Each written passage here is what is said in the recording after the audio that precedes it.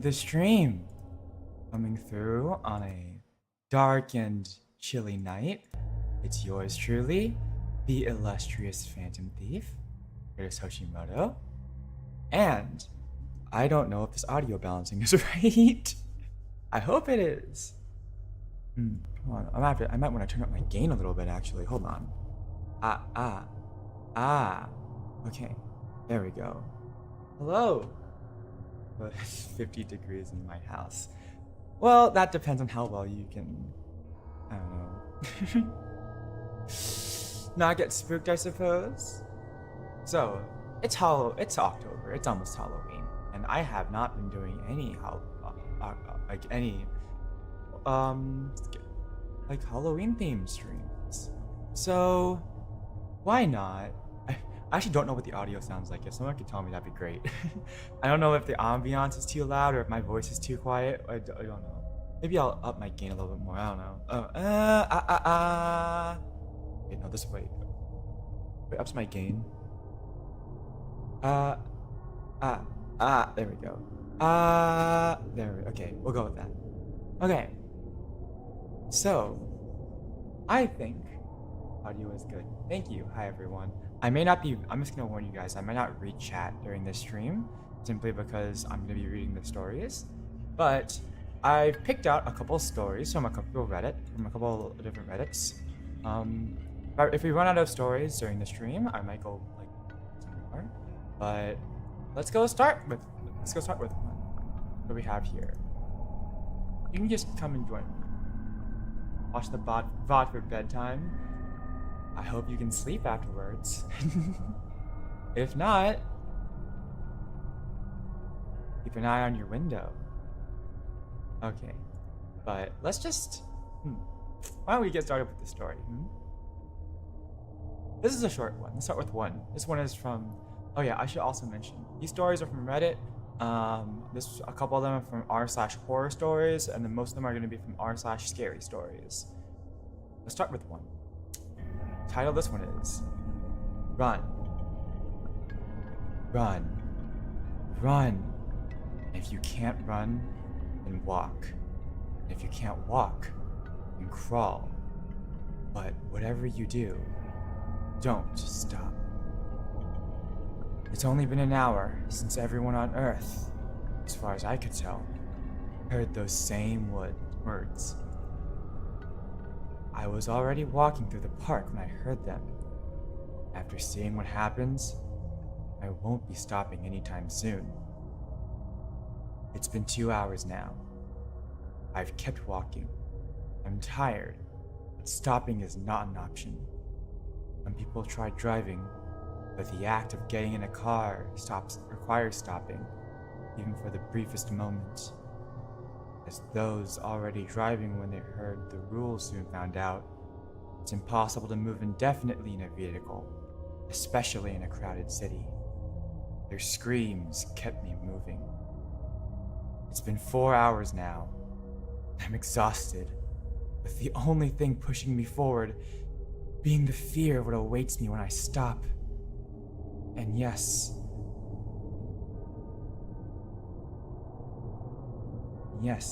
I mean when, proven by plenty of those around me, eventually I'll have to stop. Some have just given up, accepting their fate only to immediately regret the decision. Some just couldn't take the screams anymore. And most simply don't see the point of continuing. With every step, I'm starting to become more like the latter. It's been about 6 hours, and for the first time, I saw what happens up close.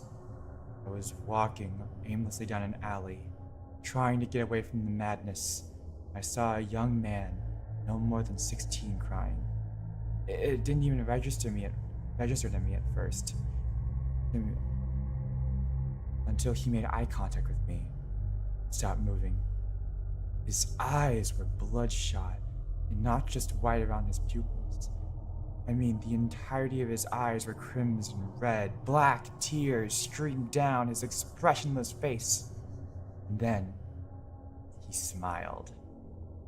A wide, toothy smile that would have screamed of joy if it wasn't followed by animalistic screams that would give the biggest horror fanatic nightmares. I wish I could say his witnessing his dying moments maybe was the most horrific thing to happen to me today. But then it hit me. Realization. I had stopped moving. What a good start. I should probably mention, I have not actually read these stories, so I haven't read these stories beforehand. I just sort of brought some of these up. So we're gonna figure out together whether these are good or not, stories or not. I think this story was very interesting. Good sense of suspense. Fortunately, I think the last paragraph wasn't really necessary. I think keeping the suspense of what happens when you stop moving, keeping it a mystery, makes it all the more terrifying. For we fear the unknown. Right? I read it's a pretty good source for these. Sometimes I like reading these, like watching these YouTube videos where a narrator just reads these Reddit horror stories, and they're pretty good. Okay, let's go on to another short one before we do a long one. I'll pick a long one after this, or a longer one. This one's pretty short. This one's called "There Is No Mirror in the Barber Shop."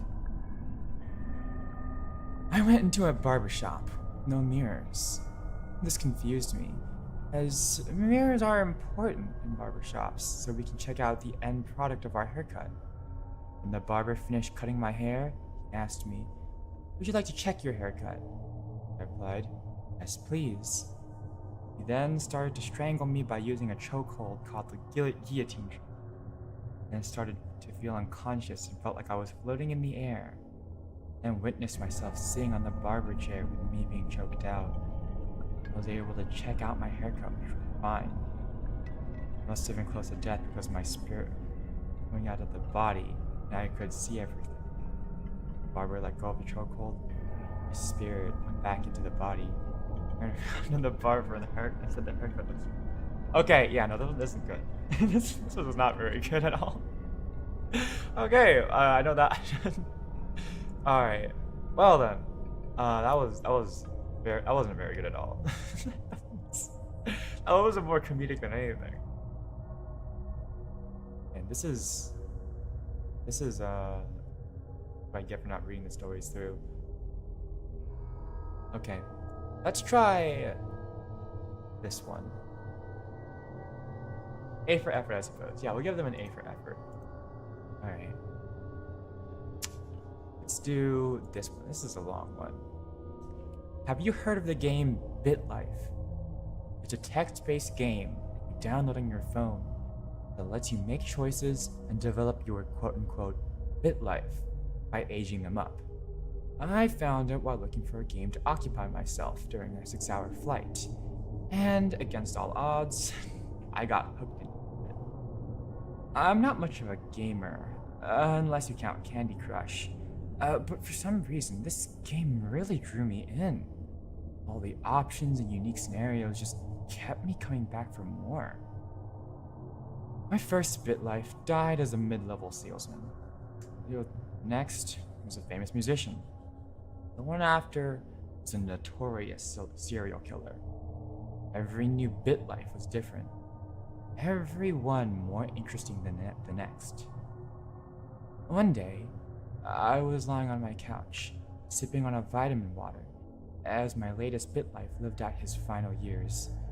He was a very successful CEO, married to his partner for 40 years, a loving adopted father of 2 boys. The Black Death screen popped up as I aged him up one last time. Gary Newell died at the age of 82. He passed away peacefully in his sleep. I let out a satisfied sigh. Gary lived a very fulfilling, very successful life. I took another sip of my water. letting the silence of my apartment envelop me for a few moments. I checked the time. 9:18 p.m. Enough time for me to start a new life. I clicked the little sperm icon to start again. My phone froze, the screen becoming unresponsive for a few seconds. Frustrated, I locked and unlocked the screen to try to get it to work. Flickered back to life, the app opening again. I gasped as I double-checked the new name. Rita Thatcher. Exact same name as me. I let out a laugh, trying to imagine what the chances are that the random name would be mine. I decided that I was gonna give little Rita the best life possible. Make her a CEO, or a famous painter, maybe even a movie star. Feeling excited, I took a look at the information screen. I was a female. I was born a female in Glasgow, UK. My eyes went wide. I double-checked the location. I was born in Glasgow. My excitement slowly faded, a dull sense of dread as I continued to read. Born 28th November, same day as me. The feeling of dread grew as I read the name of the parents. David Thatcher, writer, age 29. Willow Thatcher, police officer, age 27. Those are my parents' names. My dad was a writer, and my mom was a police officer back in the States. I quickly did the math, and the ages also matched up. With shaking hands, I clicked age up. Age, 1 year. My mother and father had a baby boy named Jensen. My blood turned to ice as I read the text again. No way, I said to myself over and over, unable to believe that this is really happening. My stomach wrenched itself into knots. I thought of my poor, sweet brother. Clicked to age up. Nothing showed for age 2 or 3. With each blank screen, the feeling of dread that sat inside me eased up just a little. I tried to imagine what the odds of all this being a coincidence was. Probably impossibly low. I clicked age up. Age 4. Your parents want to buy you and your brother a pet spaniel named Daphne. I let out a shriek as I dropped my phone and scrambled to the other side of the couch. I fell off the edge, my butt hitting the cold, tiled floor. I sat there for a moment, curled up and taking deep breaths. I remembered Daphne's sweet brown eyes and golden coat. My parents got her for Jensen when I was 4. She was my sweet angel, my best friend for 5 years. I sat on the floor for a few seconds more. The weight in my stomach eased up enough for me to get up. I went to the kitchen, grabbed a glass from the cabinet, and poured myself some water. I leaned against the counter, taking slow sips as the feeling of dread faded little by little. I placed the empty glass in the sink and turned the hot water on, grabbing the sponge and dish soap as the water heated up. Still in a daze, I cleaned the glass, not rinsing off the suds and placing it on the rack to dry. I think I'm just tired. Overworked and delusional from working a double shift. I'll just turn off the game and go to bed. I jumped as a ping sounded from the lounge. It's my phone, letting me know I had a message. I made my way back to the lounge, sitting back on the couch as I picked up my phone and glanced at its screen. BitLife was still open, its text waiting patiently for me as I swiped down and checked the notification. It was from BitLife. Don't leave just yet, it said. You must be losing your mind, Rita, I myself as I clicked age up, bracing myself for whatever came next. It's just a game, I tried to tell myself. Didn't help. Age 6 years. My dad is now addicted to alcohol. I tried to lock the phone, my hands fumbling over the button over and over in a panic. The screen refused to lock, the text becoming blurry as I started to cry. In frustration, I threw my phone across the room, gave a loud crack as it bounced against the wall, the screen ripping off and hanging from the main body. The phone started pinging, slowly at first, but picking up speed until it became a torrent of noise. Mechanically, I made my way over to it, delicately picking up the screen as its cabling snapped off and then let the main body behind. Impossibly, notifications flooded across the top of its lit screen. "Don't leave just yet, Rita," it said, all from BitLife. I watched as they flickered by. Suddenly, they stopped. One final message popping up from the text app. It's from my dad. "Keep playing, Rita." I clicked age up. Age 7 years. My brother Jensen died at the age of 6. My eyesight became more blurry as tears flowed down my face. He died in a car crash. My dad was driving that car. He picked him up from nursery school and was on his way to pick me up from school when it happened. It was a head-on collision. But the police found my dad over the limit and halfway across the other lane. I looked at notification, this time from my mom. "Keep going." Numbly. I clicked age up. Age 8 years. My mom died at the age of 35. The phone speakers came to life from the other side of the room, giving me a start. 2 voices flooded out of it. It'd been years, but I recognized my parents' voices. They started out hushed, both of them whispering to each other, so as not to wake little Rita. Soon, the voices grew louder and louder, filling the living room as they screamed angrily at each other. I cupped my ears, trying to drown out the sounds. It grew louder, the noise filling the room, until I screamed, trying to drown them out. Suddenly, it stopped. The door slammed, and the sound of heavy footsteps marched away. I heard someone open a kitchen drawer, utensils clanging together inside it as someone rifled around. They pulled something out, slamming the drawer shut as they made their way back to where they came. There was another ping come from my phone. He was stabbed by my father in an argument. The screaming turned my blood to ice. It started off loud and shrill, the sound reverberating throughout the house. It started becoming hoarse and choked before cutting off to a gargling silence. I cut my hands over my ears, dropping the screen as I curled into a ball. I began screaming, telling it to stop as the sounds of my dad's labored breathing joined the sounds of his knife. Suddenly, it cut off with another ping. My vision returned. I looked up at the screen. "Keep playing, Rita." I clicked age up. Age 9 years. My father committed suicide in prison at the age 38. I've been sent to an orphanage.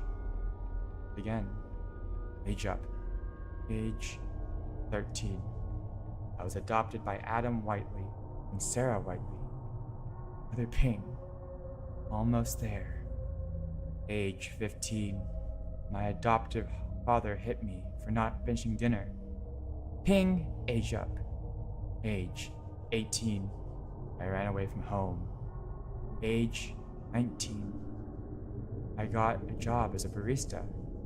Age 20 years. 22 years. 25. My breathing is shallow. My head is fuzzy. My hands are shaking as I stare at the screen. 25 years. I turned 26 today. I jumped. I heard another ping. Almost there. I clicked age up. The black death screen popped up. Rita Thatcher died at the age of 26. I screamed as I heard my front door creak open. She was killed while at home.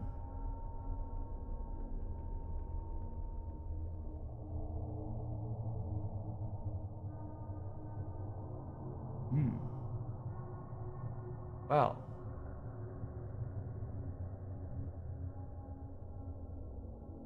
That's quite haunting. I like this premise of a story. Going through past trauma in the form of a video game. How interesting. Well, BitLife, it's a real game, isn't it? Well, let's just hope if any of you decide to play that game at home, you never rolled your own name. We don't want to find out what happens next. Alright. What do we have next?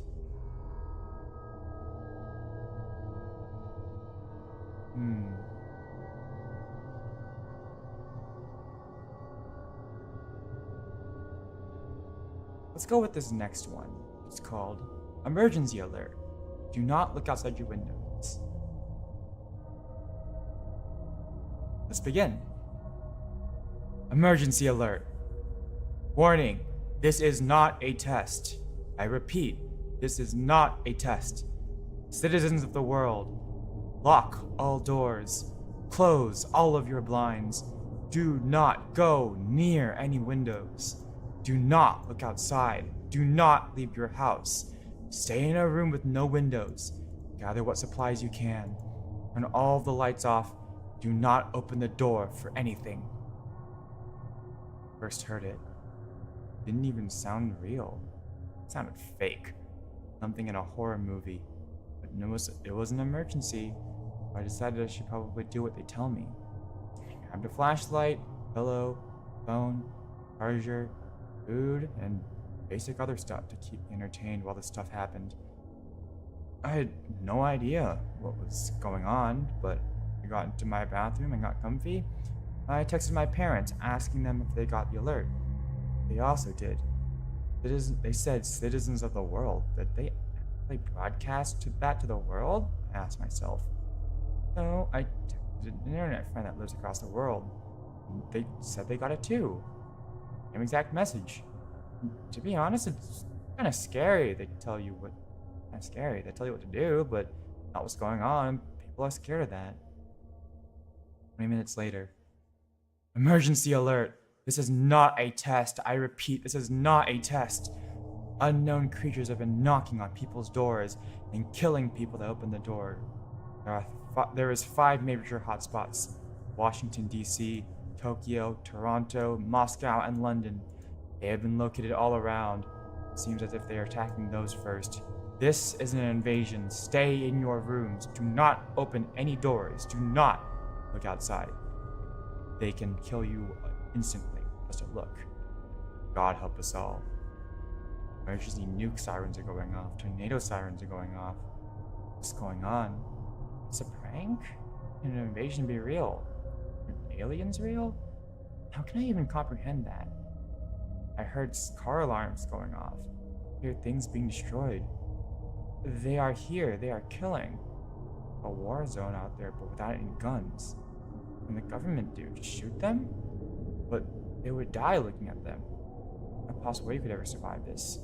We're gonna die. Text my parents, but no answer. Text my brother and sister, no answer. I have to panic now. What if my family's gone? All I can do is listen to other people's families get murdered. The nuke sirens have started again. They're very loud, shaking my whole apartment. Wonder what the other people in my building are thinking. They were probably like me. This is it. It's the end of the world. Everyone on this planet will die. hear a knock on my door. I don't answer it. There's someone screaming for me to open it. It sounded human. I open it? No, that would be stupid. This emergency alert. This is not a test. I repeat, this is not a test. The extraterrestrial are attacking every major city in the world.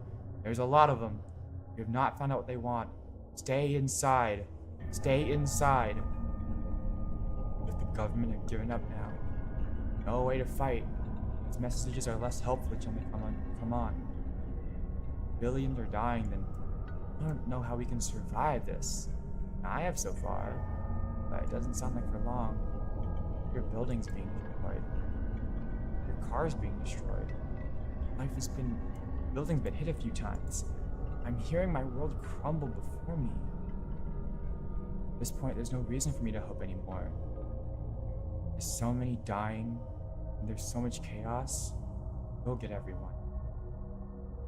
I would love to know what one of these things looks like. If I see them, I die. Hope someone takes a picture. And if we do survive, I want to see it. I want to see what's killing us. But the end is nowhere near, and I don't even know how many people I have left. Should I just kill myself? Maybe I should die before they get me. I don't want to die by those things. Plus, what if I do survive and get survivor's guilt? There's no way this is not a test. No, emergency alert. This is not a test. I repeat, this is not a test. The extraterrestrial have left. The extraterrestrial have left and left billions of people dead. You are alive. Please tap the button on your phone now. If on a radio, tune to 104 and state your name and city. We will update you in 20 minutes. There's no way I'd want to live. I was going to say. Yet somehow I'm actually alive. I want to die now? Well, no. But how many people are alive? What do those things want? Why did they attack us? There's too many questions to even ask right now. At this point, all we can do is try to figure out the numbers and restart society. How can a world like ours recover from something like this? I don't know. What do I do? What I do know is I could have lost everything. I'll text my friends and family and come back with some numbers. Emergency alert. This is not a test. I repeat, this is not a test. We have reported a little over 1 billion people accounted for. Not every country has the technology, so we will investigate those countries in the coming months. Not understand what these creatures wanted, or what they have taken. Next month or two, we'll be figuring out the next steps for humanity. May God help us all. Only 3 people I know survived. My sister, my uncle, my best friend. Everyone else is also dead. I want to kill myself, but at the same time, humanity needs me. We need each other to continue human life. Only time will tell what to do next. If there's anything next. Edit. It's 2 weeks later. The guilt is too much. A fucking coward. Goodbye.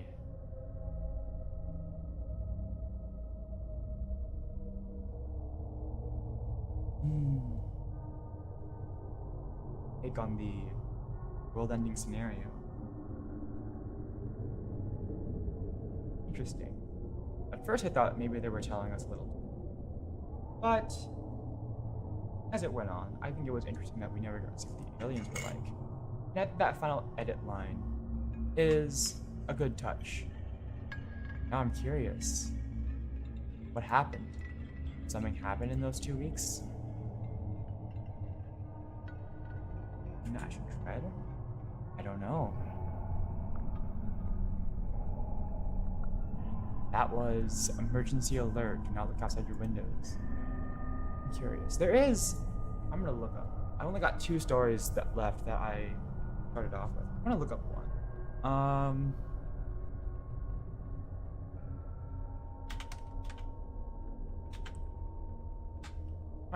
I remember there was this one horror story that I once listened to. I want to see if I can find it.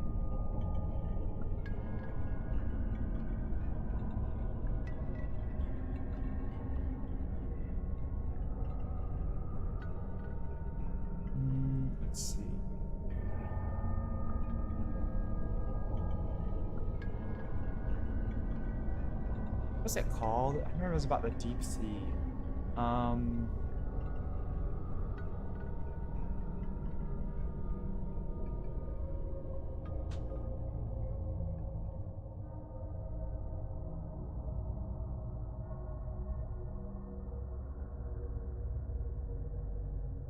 what was it called? I don't remember.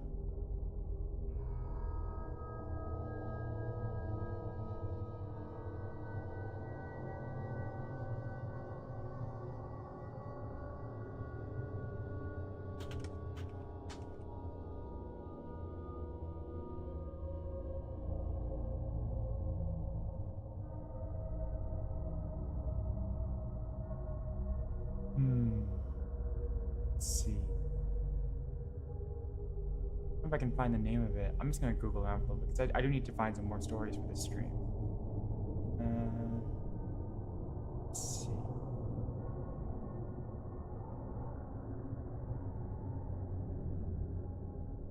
Ooh.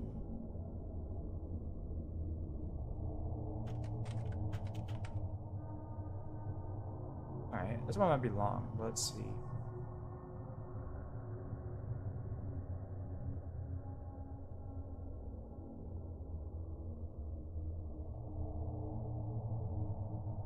Ooh. Oh, I think I found the exact story that I'm looking for. This one.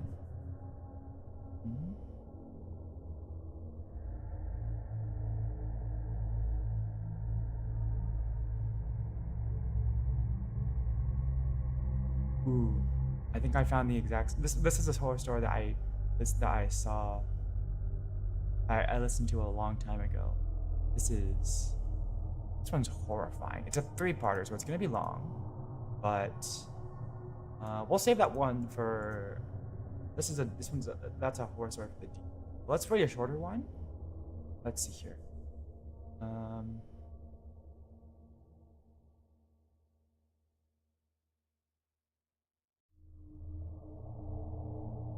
Here.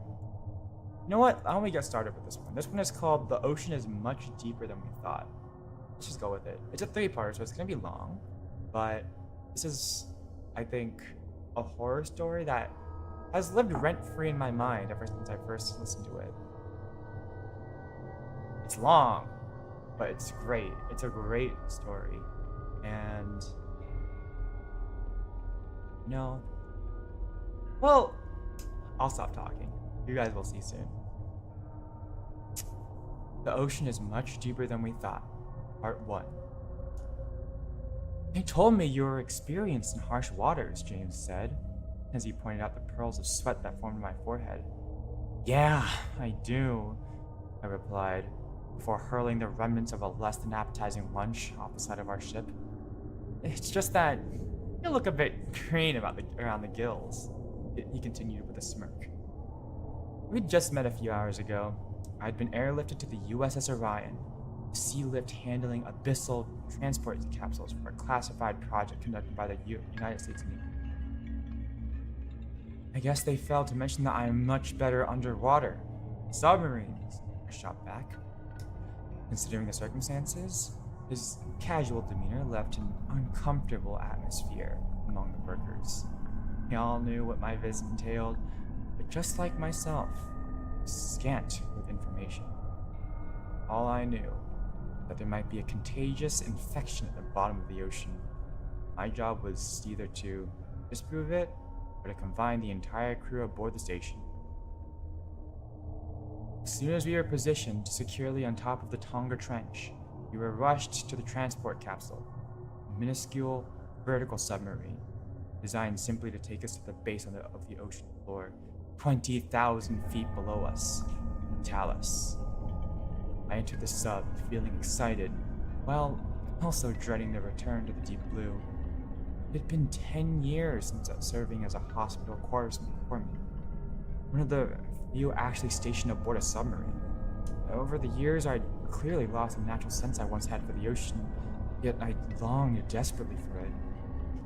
Whenever you're ready, Doc, one of the crew members said, impatiently waiting to drop us into the abyss. Raised my thumb. As ready as I'll ever be. Go ahead. 10 feet. The Twilight Zone. The impact with the ocean lightly shook the capsule. As we submerged, my nausea quickly diminished. A sense of peace washed over my mind. I was back. Outside the window, a few curious fish accompanied our journey downwards. Various sea life attracted by the cargo ship following us to see us off.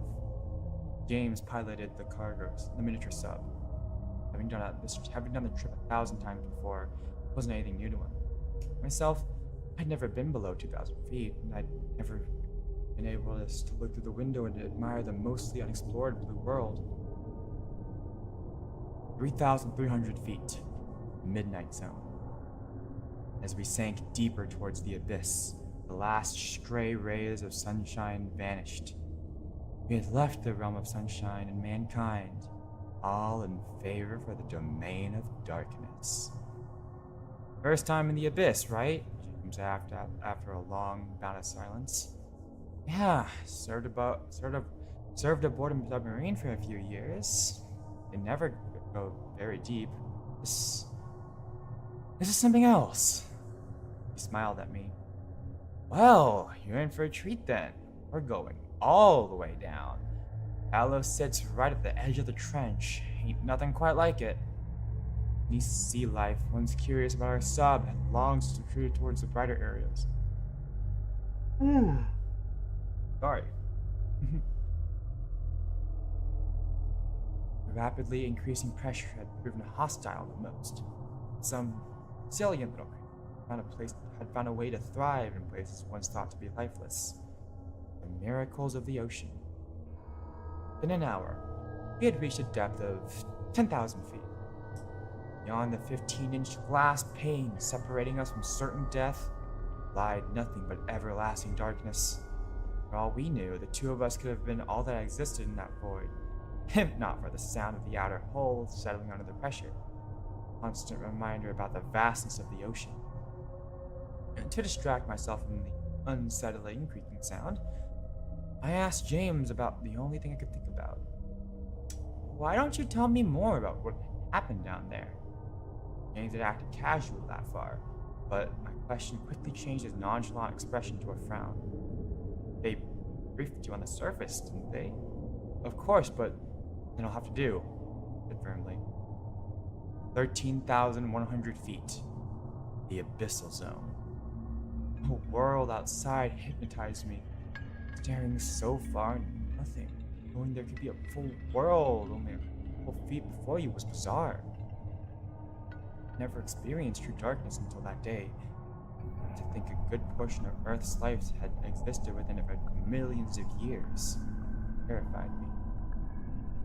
When I served aboard the USS Kurtis, my captain explained why they don't put windows on submarines. He told stories about shipmates going crazy after years at sea, isolation, or distance from the ocean, or distance from the mainland never bothered any of them. I firmly believed that staring into the ocean and pondering its secrets was what truly drove men to their sanity. To combat this, they never put windows on their vessels. Though it was clearly a tale he'd made up, seeing what really lies beyond the surface brought back his memories. Maybe he was right after all. My sinister thoughts were interrupted by a dim light appearing in the distance. A red dot dancing blissfully up and down, getting close to our little sub. It was a jellyfish. Would you look at that? James said as he pointed at the little. So fragile, yet defying the deep sea pressure. Another light joined in, and then a few more. Before long, a symphony of pulsating crimson lights formed around our capsule, welcoming us with the warmth of thousands of stars, making up their own little galaxy thousands of feet below the surface. It was the most magnificent thing I've ever seen. The bloom of a jellyfish happily existing in such hostile conditions. I couldn't help but feel impressed. They're called Atola jellyfish, he stated. They don't usually venture this far down, but there's something about this place that seems so attractive. I usually see a few of my journeys down here, but never found anything like this.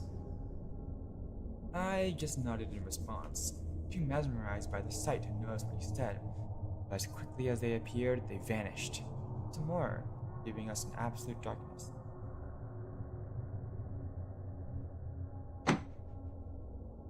I turned towards him, my back to the darkness for the first time.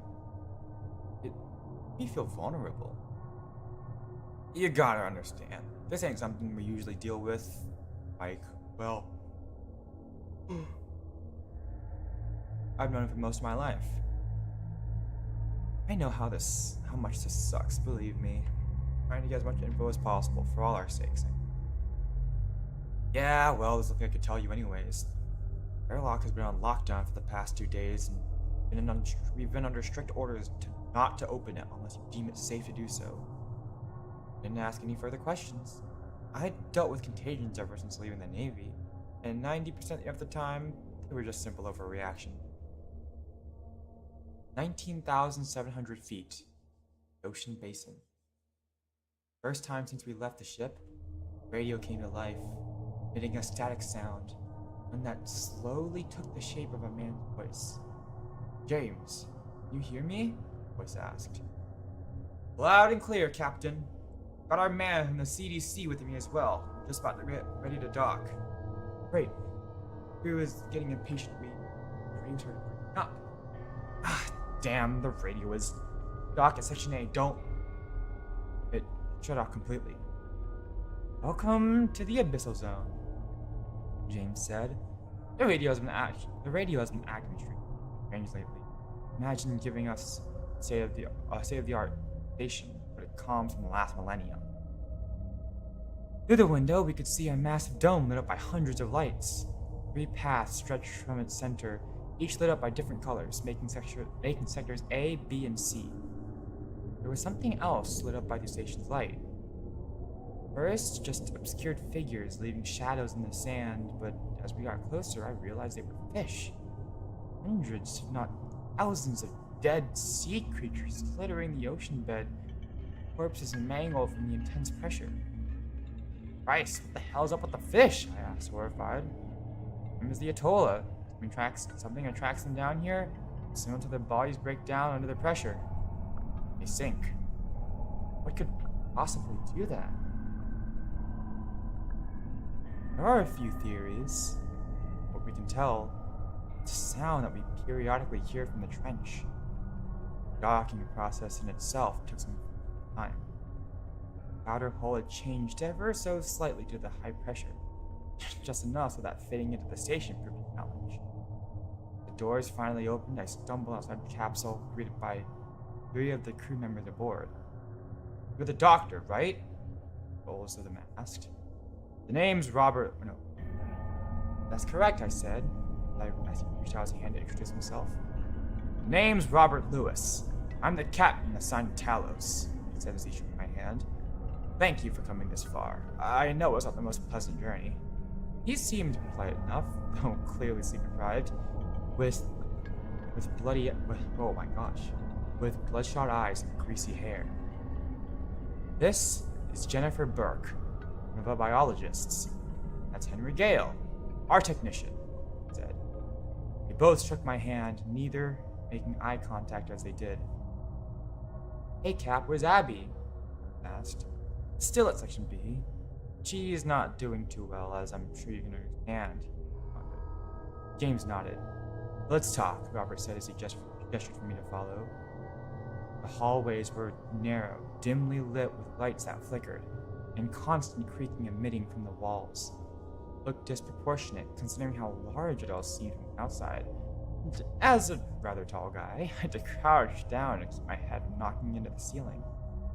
"Sorry about the grim mood," Robert said. "It's the first time we're dealing with something like this. I'm assuming they told you about the situation on the surface?" "Yeah."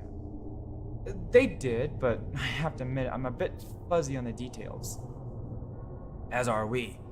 Mike put himself in lockdown as soon as he returned to the station. We haven't had clearance to open it yet." Mike, didn't give any good reasons? I asked. Never got the chance. Fell over dead the second he hit the button. Robert led us into the central dome, contrast to the hallways. It was a pleasant surprise.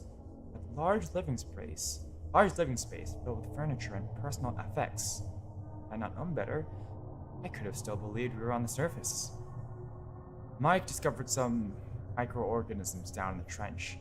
New type of parasite, he said. Claimed they were able to withstand any amount of pressure, which isn't a surprise down here. He also mentioned that they were completely unaffected by rapid changes in the environment. Robert said as we headed inside an office. You believe it was contagious? I asked. Seeing as he was our microbiologist, I can't really come up with another fathomable conclusion. Needless to say, we destroyed all the samples, but we still don't know why he put himself into lockdown. Robert sighed. But that's not the strangest thing. I waited patiently for him to continue, while he tried to form words he clearly had trouble believing himself. We lost him down in the trench for 3 entire days. The tracking system failed and the comms went down. We did whatever we could, but it was futile. Even if we had found him, he only had enough oxygen for 10 hours, so we, unfortunately, presumed he had died.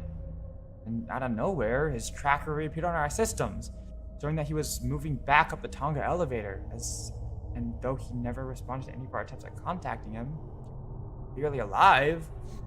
How? It's impossible. It had happened. Once we let him into the station, he simply locked it down and fell over dead on the ground. Before Robert could continue, the technician walked into the office. When you examine him, be careful not to imagine the EPM suit. It's highly... This is hardly the time, Henry, Robert commanded, glaring at him. I was saying, this is a $1 billion project. Why don't you go get the equipment for our doctor here? Robert demanded, getting more agitated by the minute. Look, Captain, if you would just let me go into the airlock, I could take all necessary precautions. Absolutely not. Do you think headquarters would have sent the damn CDC if they thought we could handle it? For Christ's sake, Henry, know your limits. The technician left and quickly returned with a modified hazmat suit and some surgical supplies. We moved on towards Sector B. Unlike the hallways we had traversed before, these were large and well lit up. As we arrived at the airlock, we found Abby standing before the glass door, staring longingly at Mike's lifeless body. Abby said, I know, it's time. Why did she turn around? Oh, you're the doctor? I asked, her eyes red and voice trembling. I nodded. You'll figure out what did this to him, won't you? I just don't understand. Abby, why don't you come with me while they work? He said. You don't need to see this. Robert led her back to the central dome. Henry started unpacking a cart of medical supplies, including isolation drapes and hazmat suit. Alright, I'm going to guide you through this. No need to mess up a perfectly good EPM suit, he said. What does EPM mean anyway, I asked. Exoskeletal pressure modulator, Henry said as if it was the most obvious thing in the world. James and Jennifer helped me seal the hazmat suit while Henry hung up the isolation drapes. I stepped through while Jennifer entered a code behind me to open the airlock. My ears popped and sealed the door shut behind me.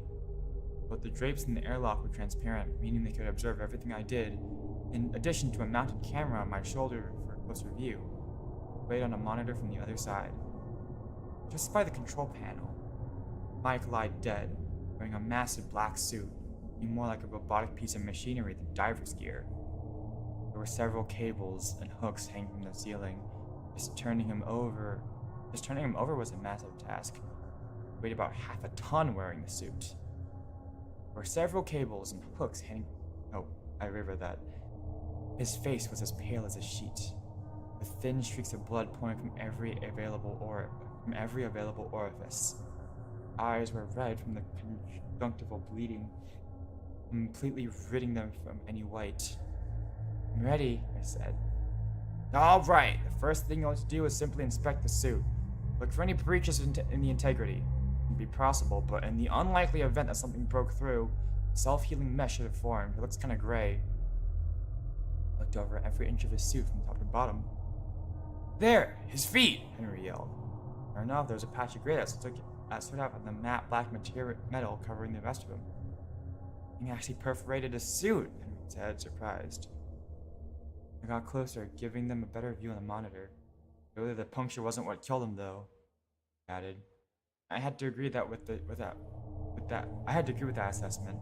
Any breach not sealed off within a nanosecond would immediately crush him. It seemed the mesh had replaced whatever penetrated the suit at the same time it was removed. Next, attach the cables to his shoulders. Yeah, color-coded, so it should be easy enough. Attach the cables as instructed. Cause the suit light up and started unhinging. One of the suit opened up, revealing Mike's completely mangled body. What the hell? James asked. That's not pressure damage.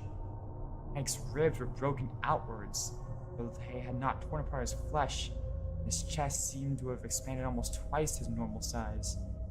He continued to remove the helmet, pulling it off his head, looking into his eyes for a brief moment, baffled as to what could have caused his internal organs to essentially explode. The briefest of moments, it seemed like his eyes moved to meet my gaze. Did you see that? I asked. No one said a word. We all just stared at Mike, waiting for something to happen. His eyes moved again, darting in random directions as he started gargling, violently contracting his chest. Oh God, he's still alive? Jennifer asked. He opened his mouth, letting thousands of massive worms pour out onto the floor. They immediately crawled in every direction, up the walls, onto the ceiling, desperately searching for a way out. Mike continued to spew out more slimy worms. His mouth tore open in the process, leaving his jaw completely unhinged, falling off. Once all the worms seemed to have exited his corpse, his chest tore open, revealing even larger worms. It quickly became apparent that all of his organs had been consumed, replaced with these disgusting creatures. Some of them started digging into my suit. I swatted them in panic. None of the others knew what to do. They could only stare at me flailing around. The worms grew. As the worms touched each other, their flesh temporarily fused, forming longer versions of themselves, growing in size and then breaking off again. They wrapped around my arms and legs. I begged someone to help me, but what could they do? Hang in there! Henry yelled as he fumbled with the panel for the airlock. Within seconds, a few small taps emerged from the ceilings, spewing what I can only assume was liquid nitrogen. Whatever it was, the worms froze in place, freezing to the point where I could break them into tiny pieces. It only took a moment, but all the worms had been killed off. Though my suit had partially protected me from the cold, I collapsed, exhausted, shivering onto the ground.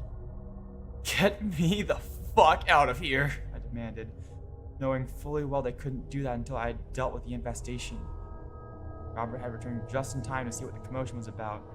Upon seeing what remained of Mike lying torn to pieces on the ground, he stopped in his tracks.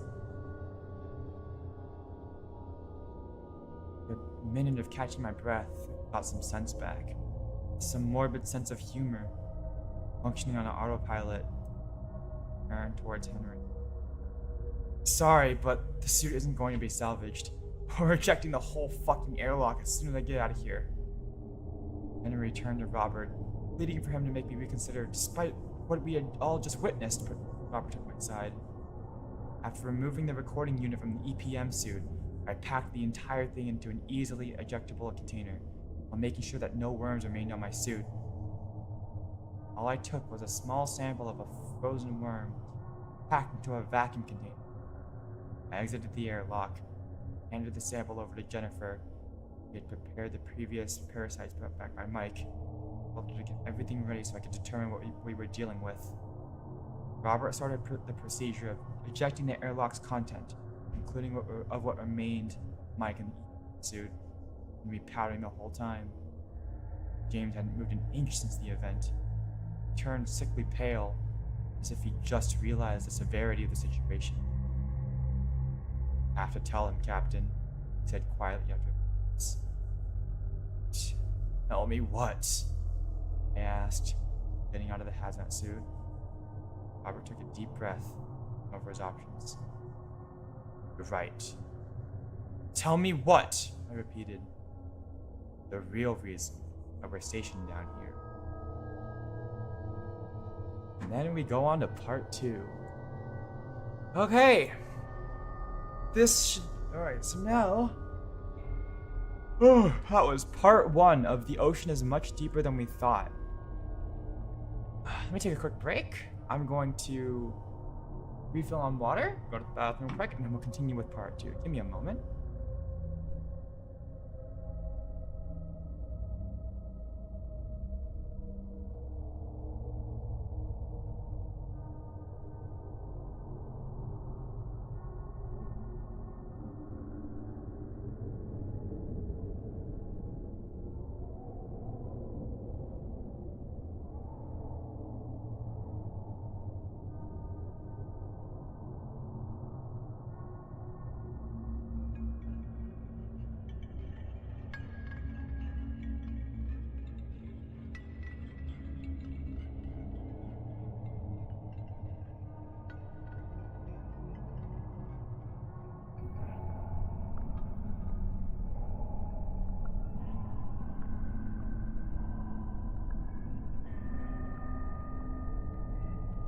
Alright, I'm back.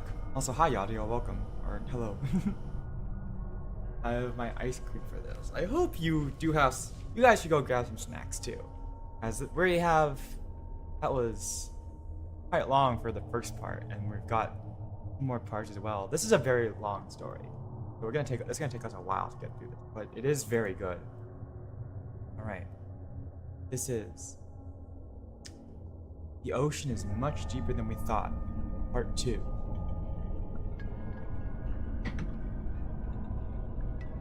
Death can be a beautiful thing, beyond all the stigma associated around the event.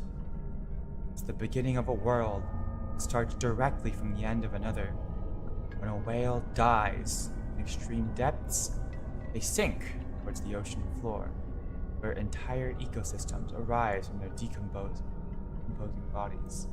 This is called a whale fall. Mike's EPM suit had left behind 3 days worth of footage. Henry was put on the task of preparing it for viewing. While we couldn't save him nor the suit, we could at least figure out how Mike died. As we waited, the captain decided it was time for me to learn the truth about their mission. Why no one on the surface had ever learned about the scientific wonder that was Talos. You all saw the dead sea creatures littering the ocean floor around the station? Robert asked. Called the hundreds of mangled bodies of fish. Not the most welcoming sight to the others. James told me something compelled them to dive down here. Sound? Robert nodded as he put the computer. After a moment of fumbling, he clicked on a sound file. About 5 years ago, he recorded this coming from the depths of the Tonga Trench.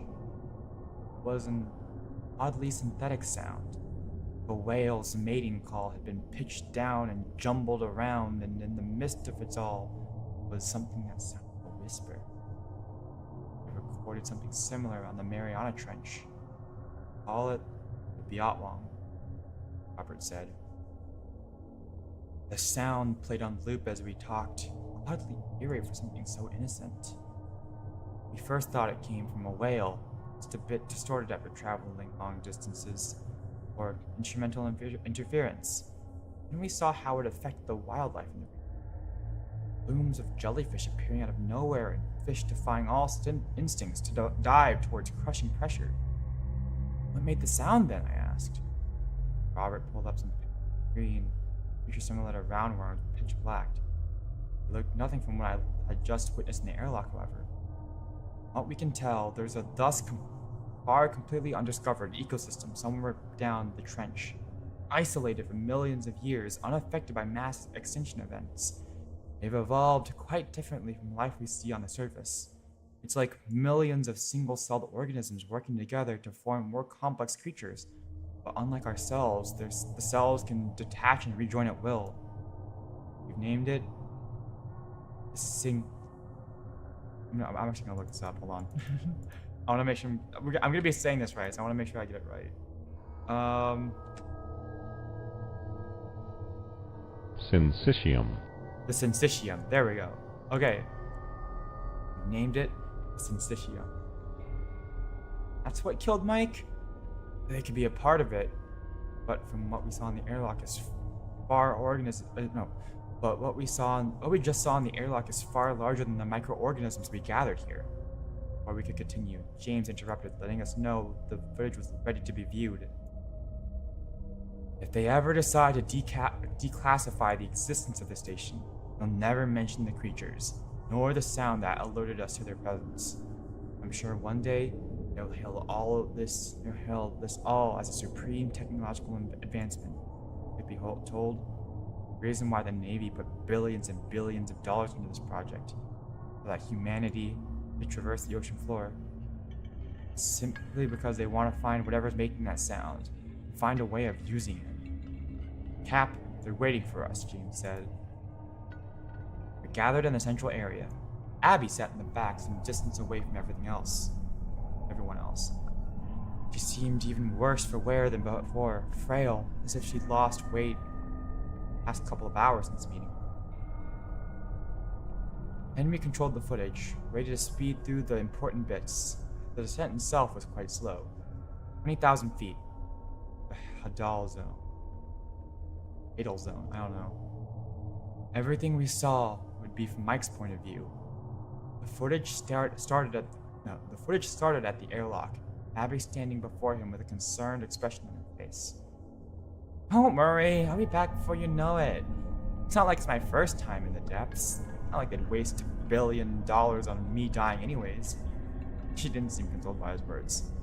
This time is different. We haven't even tested the suit beyond 30,000 feet yet, Abby said. No, but we've tested pressure. The suit should be able to go much further before breaking. Henry forwarded the footage. Mike stood directly at the edge of the Tonga Trench. To his left, a platform extended even further down towards the Hadal zone, an elevator at the platform center. A short distance down the trench, he saw endlessly long tendrils gently swaying with the current, belonged to the body of a malformed creature, looking like it couldn't possibly control its long appendages, yet seemed unfazed by the depths. Guys, are you seeing this? He said excitedly as he pointed at the bizarre being. It's a Magnapinna squid! He almost jogged along the edge to get a better view, the suit audibly exhausted by the effort. Don't put too much strain on the suit, Henry interjected over the radio. It'll be fine. What else would they pay me for? Mike asked. He got closer to the squid. Another popped up behind it, with even longer appendages. Damn, I never thought I'd see one up so close. Stop messing around and get on the elevator, Henry demanded. Fine, let's not enjoy our jobs then. He boarded the elevator and strapped himself in. The journey would take him another 15,000 feet into the abyss. It was a loud, sturdy piece of machinery, able to withstand the immense pressure of the dreaded hail zone. Mike himself would control the speed of the descent, only handing over control to Henry should something happen. Not long after the descent started, Mike stalled the elevator. The suit is making weird noises, he said. That's normal. It's adjusting to the pressure change. We told you that it would happen the deeper you got. White tone. Yeah, I know, but you'll be fine. 27,000 feet.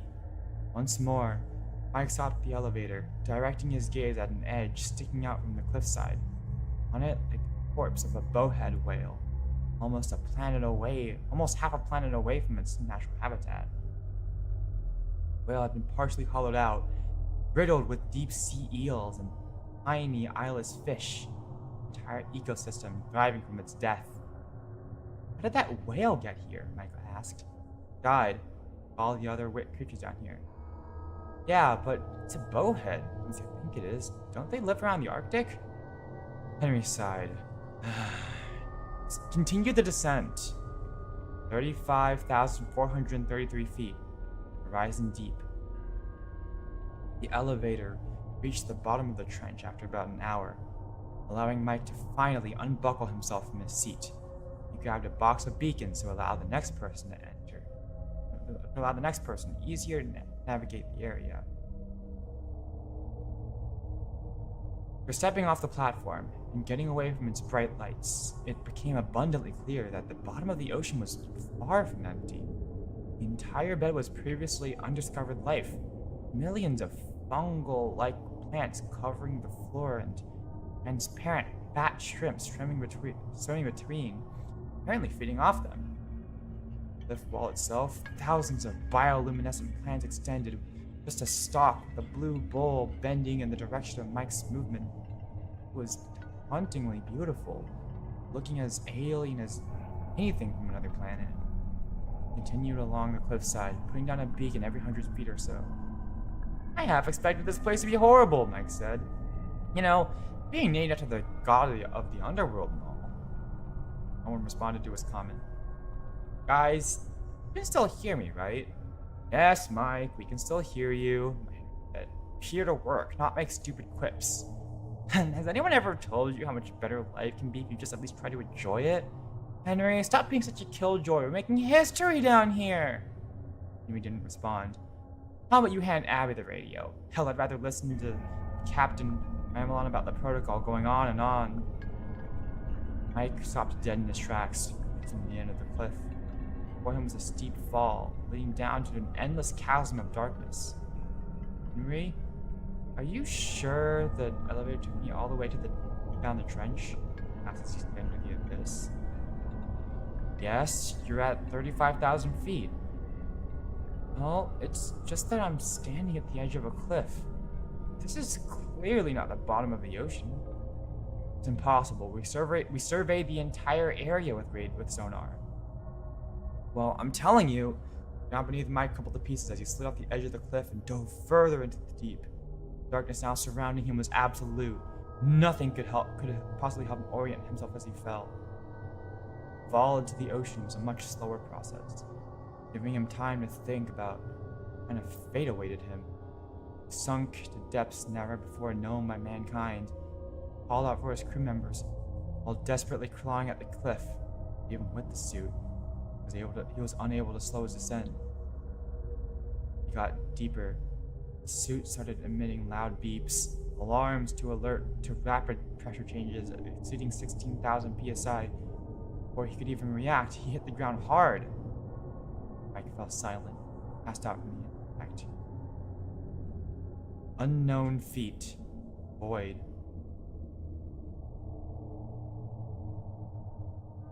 Minutes after landing at the unknown depths, Mike awoke to the sound of his suit beeping. His suit had held its ground and was starting to adjust to the new pressure. The manometer was broken. His tracking device malfunctioning. Can only try to guess how far he'd fallen. Mike grunted as he got to his feet, taking some time to figure out what happened.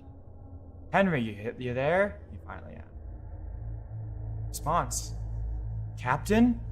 Anyone? Apart from a few malfunctioning instruments, most of the suit seemed intact, yet no contact could be made with the base. Everything past that point would be after the comms went down. We all patiently awaited to learn of Mike's fate. Despite having fallen far beyond what we believed to be the ocean floor, he just landed on another plateau. With endless distance still progressing downwards, the abyss was ever present, haunting us with its emptiness. Please respond, he begged, defeated. He activated the beacon still attached to him and checked his surroundings. He had landed directly in front of a cave leading inside the cliff wall and moving steeply upwards. While protocol strictly dictated the wait for rescue in these situations, he could hear gargled sound emitting from the cave. Whatever it was, compelled Mike, who decided to check out the cave. The walls inside were perfectly smooth, an impossible formation of rocks reflecting the bright light shining from the EPM suit, lighting up the cave as far as it stretched. Mike stared at the shiny walls for a moment, adjusting the light. It seemed smooth at an angle, but when light was pointed directly at them, uncovered bizarre patterns like symbols not corresponding to any known language. When he studied the symbols, a loud sound shook this cave, almost sweeping Mike off his feet. It sounded similar to the Biatwang, but with slight differences. Its rhythm was changed. seemed to put Mike further into a trance, and he diligently followed the source, knowing any chance of rescue the further in he went. The cave led to a much larger cavern, extending beyond the reach of any light source he had available. Like the tunnel, these walls weren't smooth, covered in millions of tiny holes, each perfectly round, each identical to the last. On closer inspection, the holes weren't empty, but filled with worms, just like the ones we'd seen spew out of his body inside the airlock. They wriggled and reached for Mike as he walked through the cavern, pulling toward the sound in the distance, getting louder with each passing step. The deeper he got, the less he seemed distracted by the holes, growing in size alongside the worms. Mike's only hypnotic objective was to reach the sound. On top of the worms, spindly, long-legged creature walked across. Looked like shellless spider crabs, digging their limbs into the worms, emerging temporarily while seeming to feed them. Reached dip the holes, the limbs grew shorter, while the worms expanded. Eventually, he reached the corner of the cavern. With it, the source of the sound. It was a half-consumed whale calf attached to the wall, bound by hundreds of worms extending into its torn flesh. Despite being half-eaten, broken beyond any chance at life, somehow didn't succumb.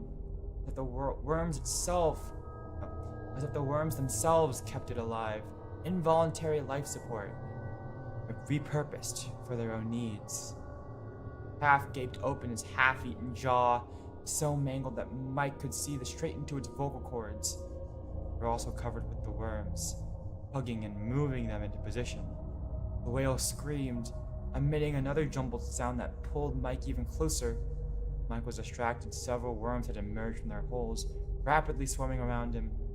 In seconds, they joined together, wrapping around his legs and climbing up the suit.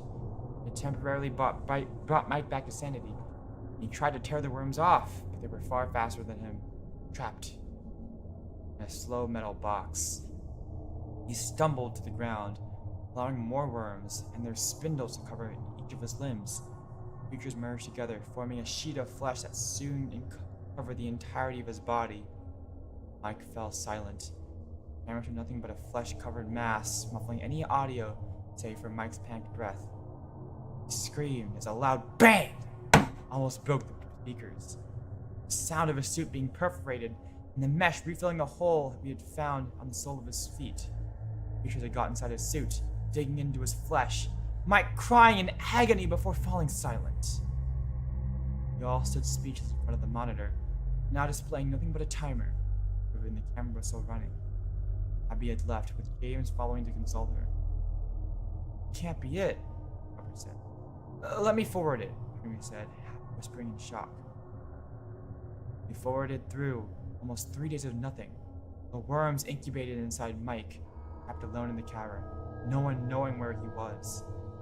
The camera started clearing up, the flesh sheet peeling off as the view showed Mike had returned to the elevator.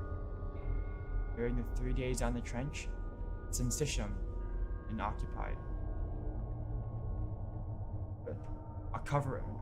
Syncytium had occupied, covering it with their fleshy appendages. Mike was controlling it.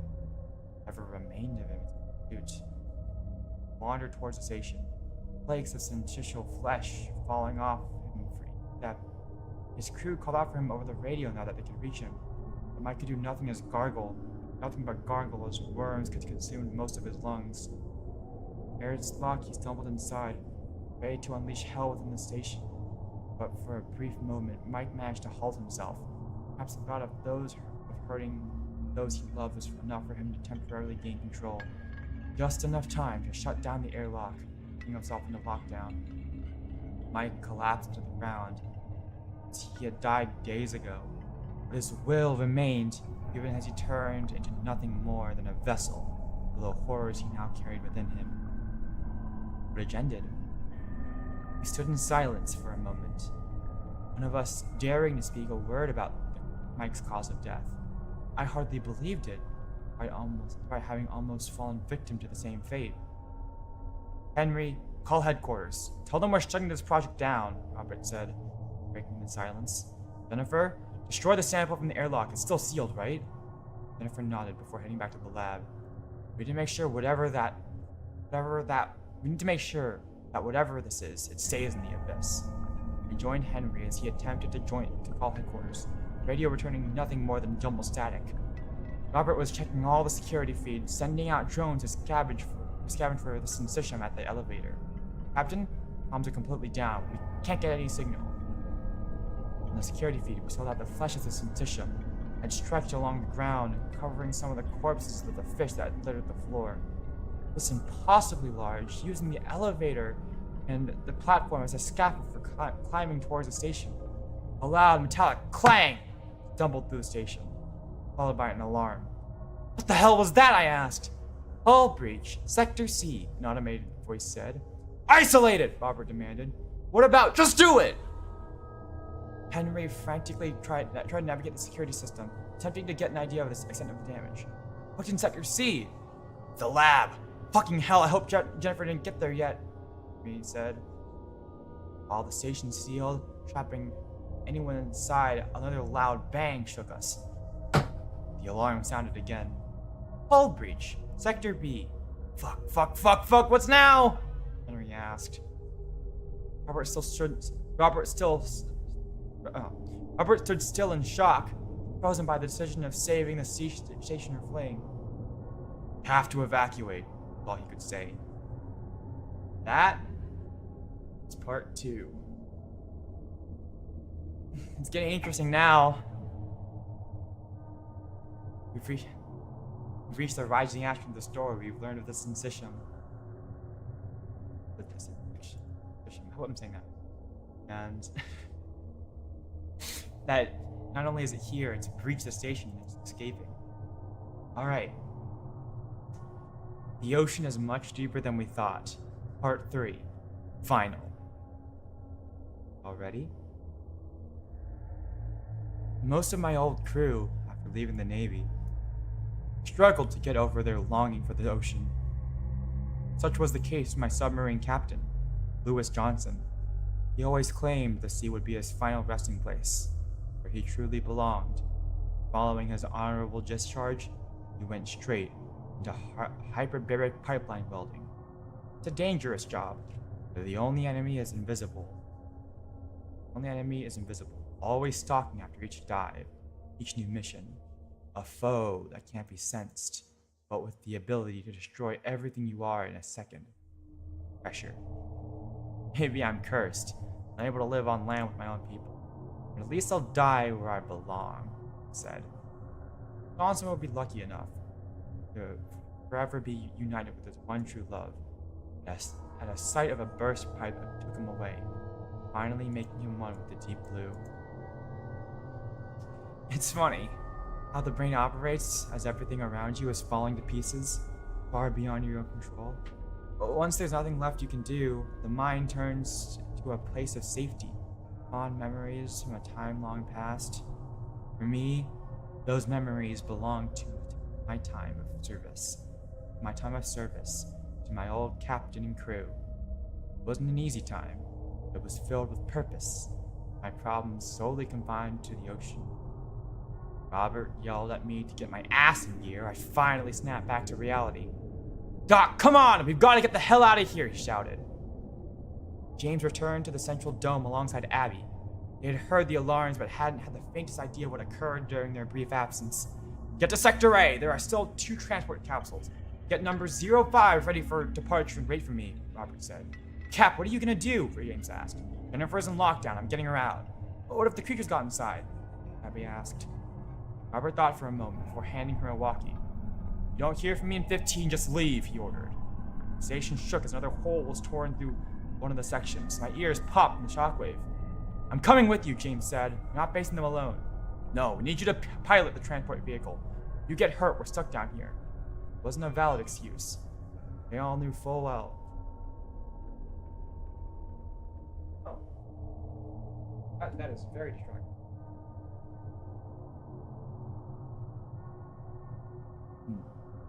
It wasn't a valid excuse. They all knew fully well the submarine was easy enough for any of the crew members to maneuver.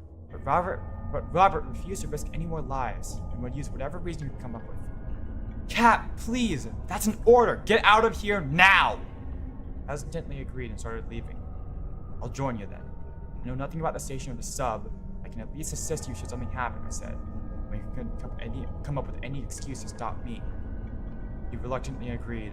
Together we headed for the lab in Section C, worrying that Jennifer might be trapped behind the airlock, or worse. Drowning is a horrible way to die once you realize there's no way to reach the surface. You're trapped in a cold, dark tomb, your throat simply closes up. No matter how hard you try to inhale, your body simply refuses. Even as the agonizing pain of running out of air overpowers your natural instinct to breathe, you simply refuse to give in to the overwhelming desire. It isn't until the body starts shutting down and the corners of your vision start to darken that you reach the breaking point. Your brain decides to pull something in, regardless of whether air is present or not. Suddenly, ice-cold water flows in through your throat, unstoppably filling your lungs. So desperate for air, it's a clumsy, painful way to go. By the time water has reached the alveoli, most are still conscious, just enough time to regret the decision ever enter the ocean. Found it funny, ran towards the airlock, that at least we wouldn't drown. Surely the worms would consume us, or the pressure from the collapsing station would instantly crush us. How did the hole get breached anyway? I asked as we got closer. It's supposed to be impossible, but I'm sure it's those fucking monsters, Robert said. The alarm had stopped alerting us about the hole breach. It was now recommending a station-wide evacuation. Warning, hull integrity severely compromised. All crew, report to designated docking stations, it said. How much time do we have? Not enough. As we returned to this corner at Section C, we saw Jennifer sitting against the wall on the wrong side of her airlock. It took a moment to realize the horrors of her situation. We saw her legs fuse with the flesh of the syncytium. They had started eating away at her lower body, digging their way through her flesh and rapidly replacing her organs with their own meat. Despite all this, she remained conscious. Jen, Robert said, where he could muster from the shock of what lay in front of our eyes. She slowly turned her head towards us, her eyes red from the hemorrhaging as worms had consumed her insides. Captain, is that you? She said, weakly, blind from the blood filling the inside of her eyes. I'm here, Jen. I guess the sample wasn't dead after all, she joked. The hoarse voice she coughed up would can all be a mixture of blood and lung parenchyma.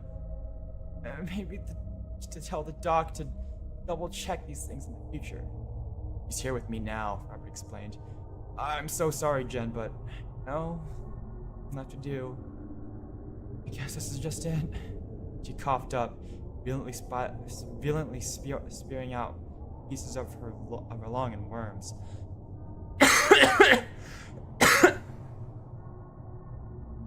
Don't worry, Captain. It's not your fault that a monster from the abyss crawled its way up to destroy us, said, her voice cracking as she writhed in agony. I looked over at Robert, horrified, but he couldn't take his eyes off her. It really hurts? Please, check the section, he cried.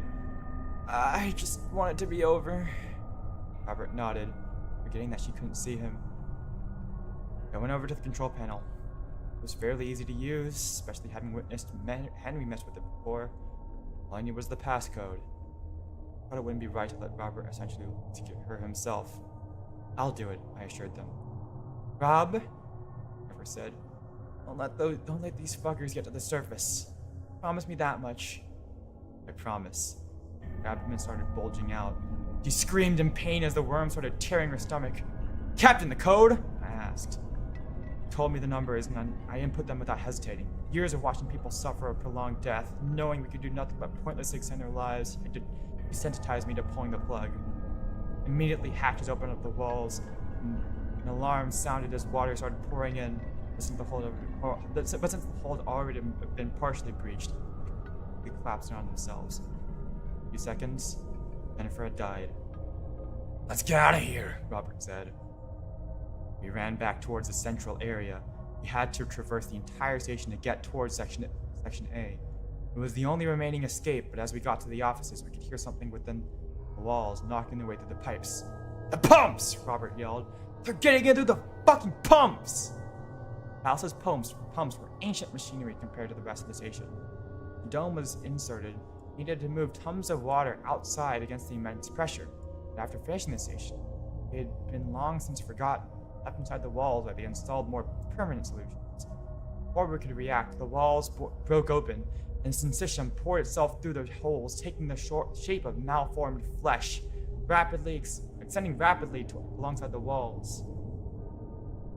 We were cut off from our escape, with only the office available as temporary refuge from the oncoming swarm of worms and flow of flesh. But our safe haven would quickly become nothing more than a prison to extend our survival. "I won't hold them for long," Robert said. "But now..." Robert went straight for his desk, pulling out a pistol from the top drawer. "You brought a gun to the bottom of the ocean?" I asked. "You didn't?" he shot back. "Never know when you might have to quell a mutiny," he laughed nervously. He could tell it wasn't a mutiny. We both knew a gun wouldn't slow them down significantly, but any help was welcome. We continued to rummage through the closets in the room, eventually pulling out 2 unused hazmat suits, just like the one I had used during inspecting Mike. If you safe inside the airlock, worms can penetrate the suit, right? "Look, they preached the EPM suit made of fucking metal. I don't think these will make a big difference. Might slow them down, but that's it," he said. It's our best shot. The worms had started to pile up on the door, forming a contracting mesh, slightly cracking the glass. "It's now or never. James better have a damn sub ready to go," Robert said as we got into the suits. Fired a shot, not at the door, but at the tempered glass wall beside it, shattering it to a million cubical pieces as we jumped through. I stumbled to the ground, a few worms getting on my hand as I stood up. Robert pulled them off me and shoved me forward. We spurted for the entrance to Sector A.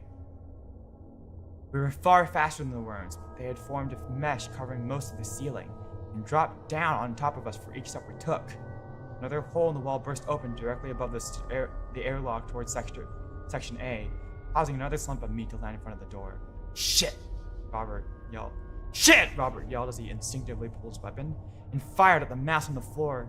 I froze in place as the worms disintegrated from the bullet's impact, reforming, hastily crawling towards us. I tried to turn away and run, but I didn't react in time. To my surprise, the worms completely ignored my presence and went head straight for Robert, pouring on him from all directions, pulling him to the ground.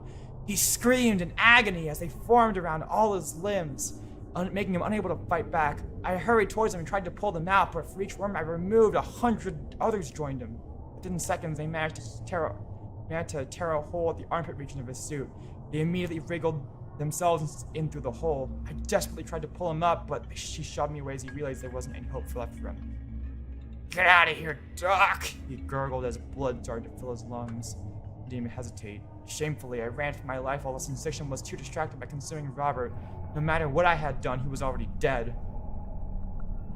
Hallways narrowed drastically as I once more returned to Sector A.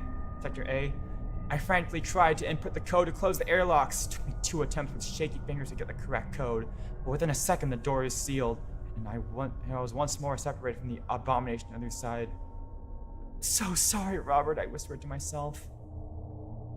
The central dome finally gave in under the pressure. Massive streams of water quickly collapsed in the ceiling. The station fell apart and central power was annihilated under the flood. Plunged into darkness and silence, I ventured further into the docking station. While each section of Talus supposedly had their own backup generator, for some reason it hadn't been activated yet in the section, making it hard to navigate through the narrow labyrinth in the hallways. "Can anybody hear me?" I called, my voice echoing endlessly. I bumped my head as I saw a light appearing in the distance. James came running towards me, holding a flashlight. Doc, you're still with us, thank God," he said, his joy quickly fleeting as he realized I'd come alone. "What happened? Where's Jen and the captain?" Just shook my head in response. No words could convey what had happened in the dome, and their absence proved enough about their unfortunate outcome of our futile escape. "No time to worry about that now. We need to get out of here. The capsule is just about ready to leave for the surface." and we only need Henry to figure out how to get the power back. When we arrived at the docking station, I was relieved by the increase in the ceiling height, if only ever so slightly. Henry was busy at work on the control panel, trying to figure out what had cut the power from the backup generator. Abby was standing behind him with a flashlight. "God damn it!" he yelled. "Something has torn away the backup generator. Not sure how, but I'm sure I know what. Fucking abyssal demon spawn." Ugh! He sighed. "Between the lack of power and the damaged hull, the sub can't release from the station. Essentially, we're stranded here." I never spoke a word, trapped in a tiny tin can 20,000 feet below the surface with no transport. What felt like an eternity. Henry finally broke the silence. "They're all great ideas, but that won't work," he said sarcastically. Osweier saluted. He said sarcastically in the response to our lack of. "Well, you have any ideas then, genius?" Abby asked. He sighed. "Matter of fact, I do." He walked into the capsule and started messing around with the electronics, eventually pulling off one of the panels. "There are 3 batteries powering the sub. The way I see it, you could take one out, and it should still have enough power to get you all to the surface." "Us?" James asked. I need to connect this battery to the airlock," he continued, as he pulled one of them out from the capsule. "Then I'll override the door, and it'll blow open from the pressure, and the resulting wave of water should forcefully eject the sub." "Well, what about you?" Abby asked. Well, someone has to stay behind to follow through on this plan." "Let me do it then," James interjected. "No, you idiot. One wrong connection and the door fries, locking forever. I'm the only one with the expertise. There has to be another way." "There isn't. Trust me." James and I looked at each other, both wanting to speak up, but neither able to come up with an alternative solution. Henry went back to the transport capsule, sealed the panels shut again. "I wish you all were smarter. Maybe one of you could stay behind," he said, sarcastically as ever, the first time with the slightest smirk on his face. "Thank you," I said. "Yeah, well, time for you to go," he said as he shut the door to the capsule. We watched as Henry walked away one last time, ready to embrace his fate, an asshole to the bitter end, but one with a kind heart. Just like his other perished crewmates, he would forever remain at the ocean basin, never again witnessing sunlight. Time went on forever. We waited for a wave of water that might just as likely crush us in an instant. With a ton of luck, we'd be ejected out from the station. From there, we could reach the surface. It'd be the most violent takeoff in the station's history, but also the last. Minutes later, we heard the sound of the airlock opening, before shattering to pieces under the immense pressure of the exploding water and syncytial flesh. It only took about 10 seconds for the wave to hit us. We shot out from the Talos, but the hallway behind us falling apart as we did. It hit us hard and roughed us up a bit, but we survived. James took control of the vessel and didn't hesitate to start ascending towards the surface. Abby and I stared out the tiny window. On the other side, we could see the utterly crushed remains of Talos, dimly illuminated by the light still powered up by the generators at Sector C, which had been completely covered by the flesh of the syncytium. Thousands of corpses of fish that previously littered the ocean had been cleaned up, and were now a part of the ever-growing monster from the abyss. A wave of relief washed over me, my heart calming down each foot of our ascension. I no longer felt the need to constantly look out the window. The world outside was dark. Whatever life once remained down there had been consumed, alongside my longing for the ocean.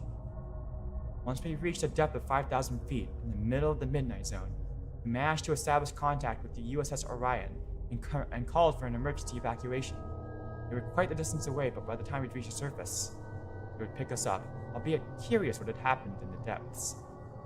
At 3,000 feet, the first rays of daylight greeted us with the warmth of the sun. The ocean started filling up with peaceful life, fish thriving in the waters, completely ignorant to the horrors that existed directly below them. The vast darkness turned to a calming blue, and for the first time since being hired for this mission, I felt safe. Before long, we reached the surface. We were greeted by a team wearing hazmat suits. They boarded the ship, and unable to alert them to the situation. All they knew was that a potential contagion existed in the depths, one we could have brought back with us. Now, understandably, they locked us up in sickbay, isolated from the rest of the crew. For 72 hours, they pricked and prodded at us, taking multiple blood samples, and even a CSF probe. After they all returned normal, and no sign of sickness was apparent, they led us into more comfortable living arrangements, as we set for shore. After being released from the sickbay, I hardly saw James and Abby. They spent most of their time in their rooms, coming out for the occasional interrogation. Headquarters were incredibly curious as to how a state-of-the-art installation suddenly collapsed, and absolutely no proof that of the events had transpired. They needed someone to blame. As a part of the CDC, not the original Talus crew, I was safe from prosecution. All that was required of me was to sign a non-disclosure agreement, one I'm breaking now, to warn you about the horrors of the abyss.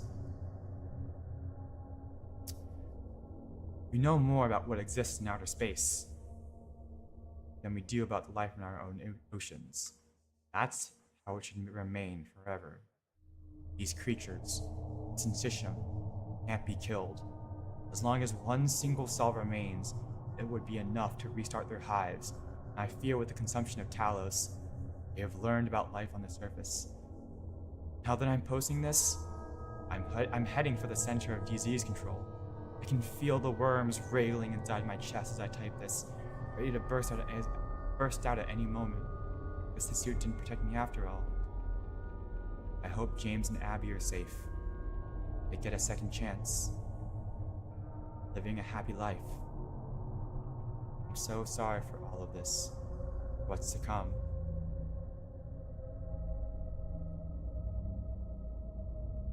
Horrifying.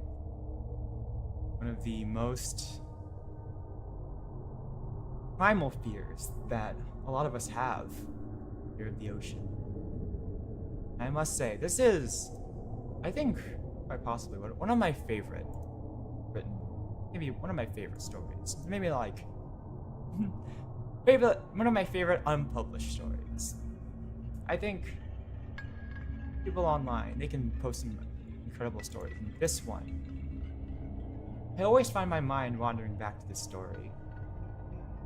What if something like this did happen? Life like this did exist. It's not entirely possible. There are back in the early stages of life, a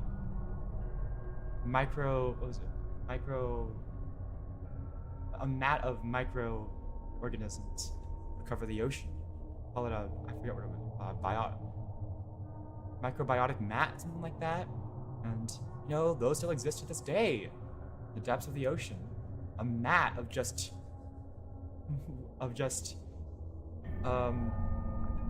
microorganisms weaved together to cover the ocean floor.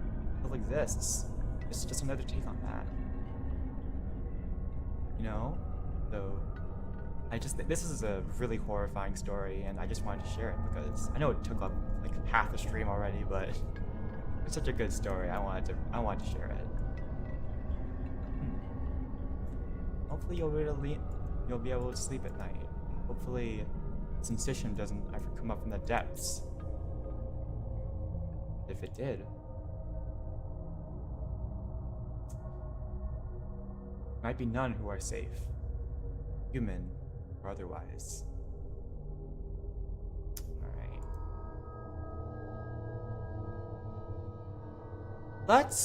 I've got two more stories here.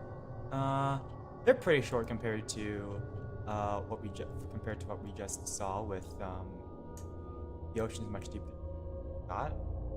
Let's start with this one. This one is called My Girlfriend Talks in Her Sleep. I don't think it's a very scary one, but that isn't a good idea. Well, it's okay. Here, I can't find it. Welcome. This one is called My Girlfriend Talks in Her Sleep. I don't think it's a particularly written scary story or like a particularly scary one, but it seems to be written more in the view of a boyfriend just talking about her girlfriend and the weird stuff that's. So I don't think this one will be too scary, but who knows? I haven't read it yet, so we'll see. My girlfriend talks in her sleep. First, I thought it was cute or hilarious to tell her what she said. Such harmless nonsense like, the sky is folding, or we need to raise the ground. Talked next day about if she remembered her dream, but she never did. I wish I knew what she meant by we need to raise the ground. Some context. Our nightly routine is for us to start cuddling and then give up once it gets too hot. Then we're usually both on our sides, back to back. We'd fall asleep before I do, and I'd hear the full range of her nightly musings. Honestly, first I was eager to hear what she said. It was always funny to tell her and our friends, what she would say. It was always funny to tell her and our friends.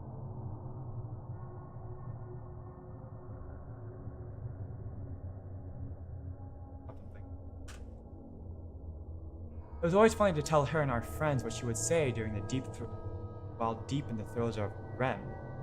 But now I'm done. I prefer she not talk anymore. How am I gonna sleep after what happened last night? Last night, around 11 p.m., she was asleep and still reading. She was asleep and I was up still reading. Back to back, I hear her mumble something under her breath. I couldn't quite make out what she said, but then I lean over and from my book and peek at her face, and she's sleeping soundly. In my book, I get absorbed back in those pages. At some point, I fall asleep. I know, woken up by my girlfriend talking at full volume. I open my eyes, and at some point in the night, both of us have turned to life face to face. My girlfriend's eyes are wide open. She's staring right at me, near inches from my face.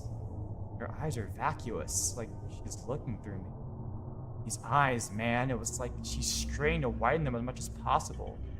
Those are the eyes I fell in love with, and now they're scaring the absolute piss out of me. My heart rate skyrockets and chock full of adrenaline. I throw off the covers and jump out of bed. Looking at her, her eyes follow me like a painting, but her body stays still. 1 second, I sighed that my book light was keeping her awake. That was, can you please turn that off? Now out of bed and looking at her, not right. Her body hasn't moved, but her eyes dart from looking at me to look around the room. I dare to ask her, alright? No response. Those eyes look at me when I speak, though. They are now deadlocked, looking right into my eyes. Her breathing hasn't changed. That's sleep breathing for sure.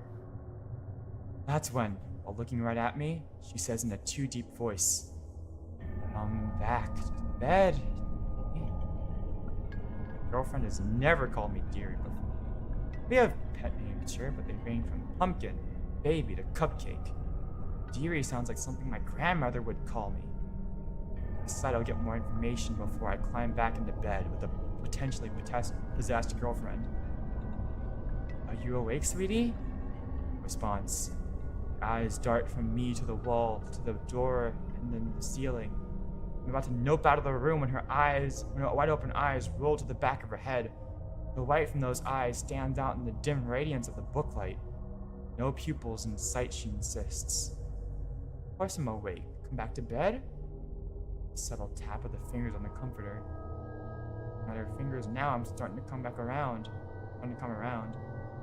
She's never sleepwalked before. Surely she's awake now if she's moving her hands. At her fingers, it's as though she's pretending to have control. All going in different directions. One finger pointing straight down, then side. Hands are not my girlfriend's hands. They're simulating normal movement the best they can, though. I say, "I'm gonna get a drink of water, baby. Be right back. Can I get you anything?" Fully planning to run out of the house the moment I'm over the threshold. My normally agreeable, sweet girlfriend decides I'm not allowed to leave. As serious as cancer, she says in an all too deep horror voice. "Take one step out of that door. I will rip your throat out and shit down your neck." Shocked, but understanding the importance of not letting this beast know I'm in trouble, I reply, "As interesting as a proposition as that is, I think I'm going to..." Thinking quickly, I got my water bottle from the nightstand. This doesn't please my girlfriend, and she decides to start screaming and fingering her way towards me. It is a supernatural scream, so high and pitched and bird-like I feel as though my neighbors 3 houses down are going to ask what they heard last night. As far as I can muster, I unscrewed the lid and doused her in water. I knew what I was doing. Her eyes closed, her garbled appendages normalized, and she's back asleep. I'm gonna sleep on the couch for a while, maybe forever. I don't understand when she's awake. Wait, there's a part 2 to this? Ooh. Yes. Oh, there's a part 3 as well. How many parts is there to this? Oh, there's 4 parts. Ooh. This is a whole series. Interesting. Find these. This is Reddit. This is right now. This one came from r/scary stories.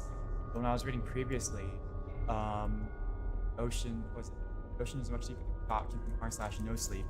But yeah, no, a lot of these are from r/scary stories. Do I want to go through all the parts for this? I've got about 10 minutes left I can stream. Although I will say, for all the scary things a horror monster could have said, I don't think,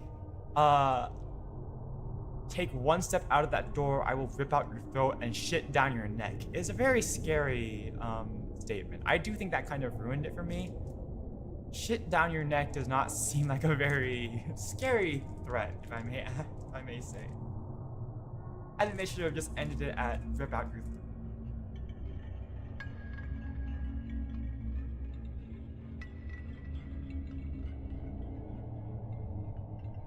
It does seem that r/scary, My Girlfriend Talks in Her Sleep from r/scary stories does have 4 parts.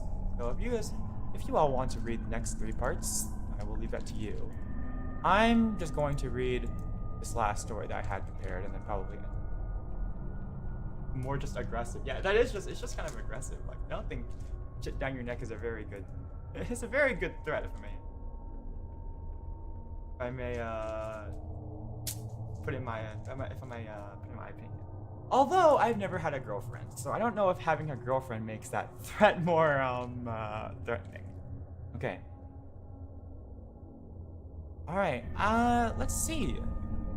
This last one from r/horror stories, r/horror_stories. It is this. Pictures would help with the immersion. I don't really have any pictures prepared. I mean, I haven't actually read these stories before, so except for the one about the ocean, so I don't have any images prepared.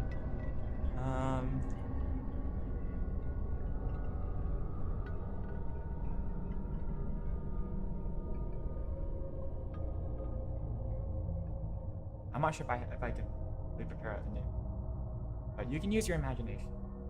All right, this one is called "This Is My Scariest 911 Call." It happened during training. I needed the job. I really did. Got a bachelor's, my previous nursing work hadn't paid much.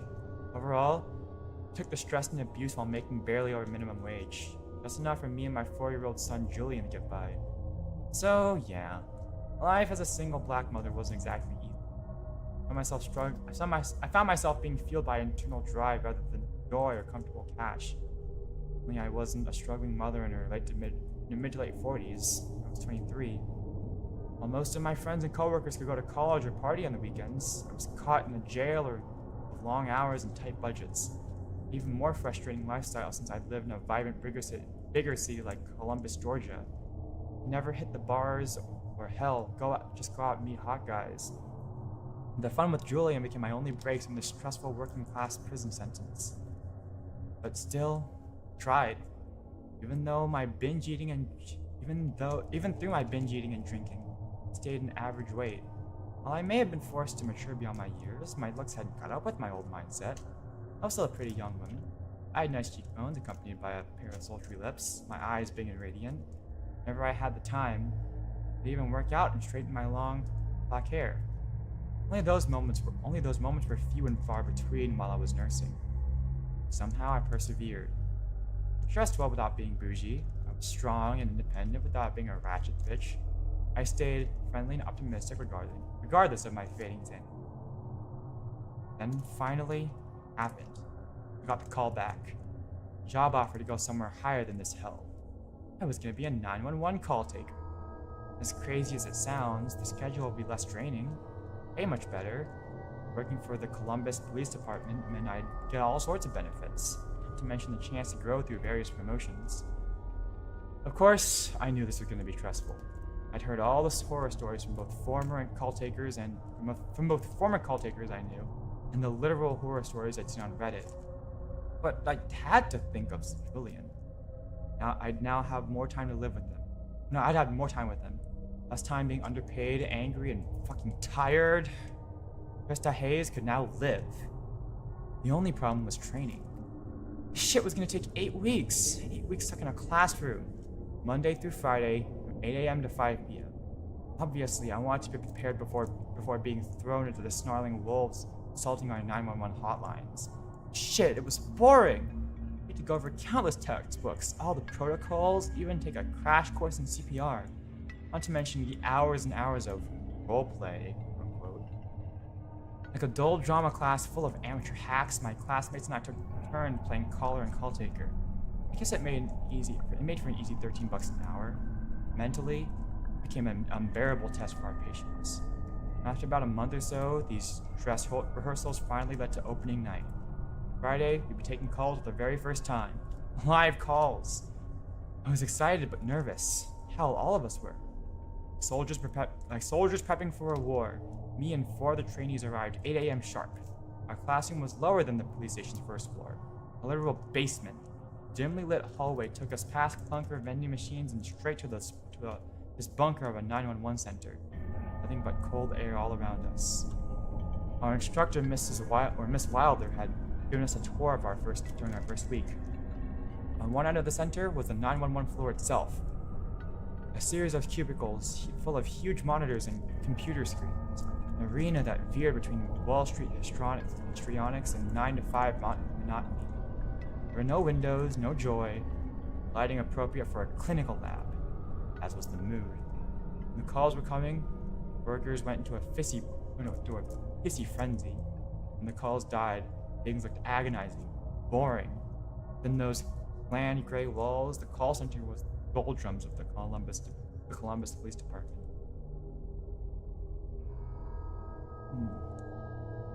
2 double doors separated this torturous telethon from the rest of the 911 center, from our classroom. Right now, I counted about 7 middle-aged and exhausted people working the lines. 2 call takers, 4 dispatchers, and a really obnoxious female supervisor. She was an overweight slob of a woman. Then again, the vast majority of the employees here were overweight. We'd all been told that it was an inevitable side effect of the job. My classmates and I still had to endure another month of training. Yeah, we'd be answering calls, supervised calls. But hey, it beat having to do terrible role-playing or memorize countless run codes.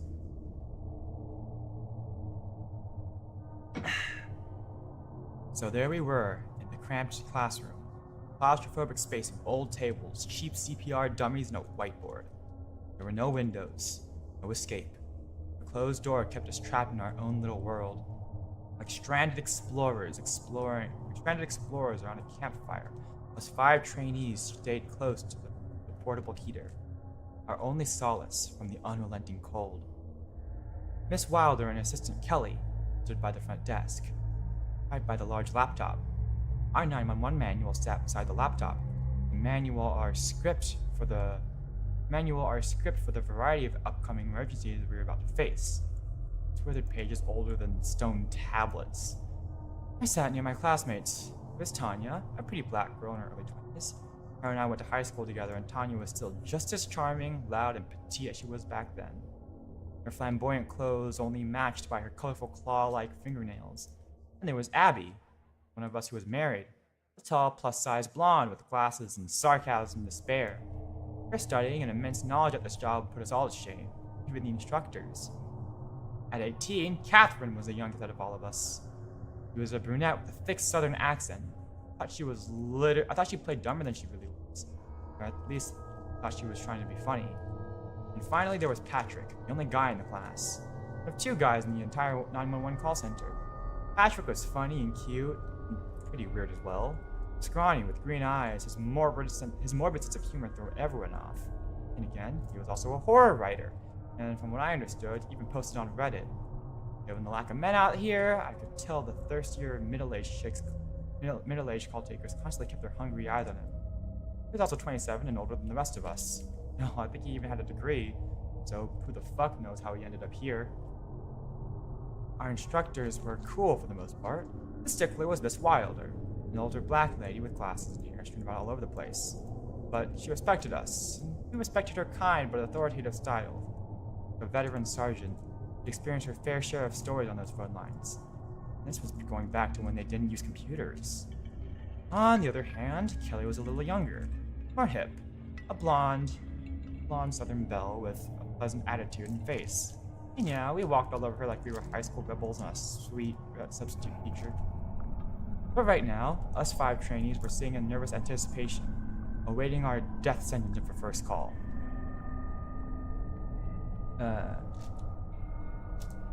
Under Miss Wilder and Kelly's watchful eyes, this would be our first taste of the call-taker life. Clinging to my headset, I stole a look at my classmates' restless faces. For once, we weren't even shooting the shit at 8 a.m. Not with the battlefield looming before us. With Miss Wilder checked the laptop one more time.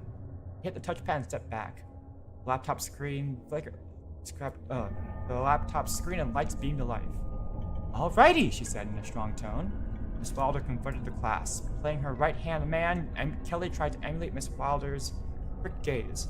"Who's first?" Miss Wilder challenged us. Staying quiet, we avoided eye contact with this firing squad. And our fate. Silent tension dominated the room. Miss Wilder's wicked smile vanished. Battling my anxiety, I thought about taking one for the team. Well, it's not like I could forever avoid confronting that call. But right when I was about to step up, Miss Wilder fixated on Tanya. "You first, Tanya," Miss Wilder said in a staunch tone. Our instructor was back in drill sergeant mode.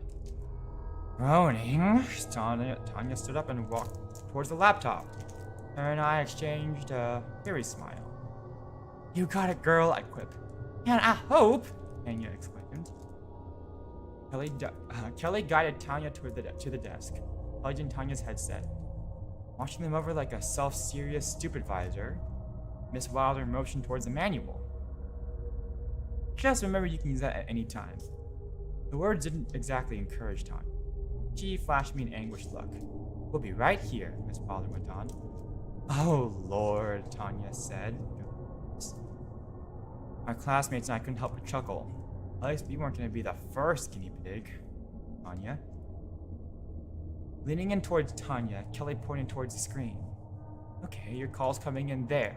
Click it and you'll follow the script." "Okay," Tanya said. "We'll hear everything, so don't be nervous." Tanya's trembling hands put on the headset. She smiled at me. "Ooh, child!" "You got the volume up right?" Miss Wilder asked Kelly. "Yes, ma'am," Kelly replied as she backed away from the desk. Curious, Catherine looked towards Miss Wilder. "Is it busy today?" Miss Wilder gave her a mischievous smile. "Oh, it will be. Trust me." Like an apocalyptic alarm, a ringing phone blared through the room, straight from the laptop. The sound jolted Tanya into a frenzy. "Oh, Jesus!" she shouted. "Answer it!" Miss Wilder shouted. Recovering fast, Tanya's focus took over her goofy charm. She clicked on the call. Static blared off the laptop speakers. Like a lost signal on the radio, everything was white noise. Oh. Right. Sorry, my phone's on 20% battery. My YouTube Studio seems to be running out of... My phone that's doing the tracking for my model seems to be dying, so... It's alright. I think it'll last the rest of the story.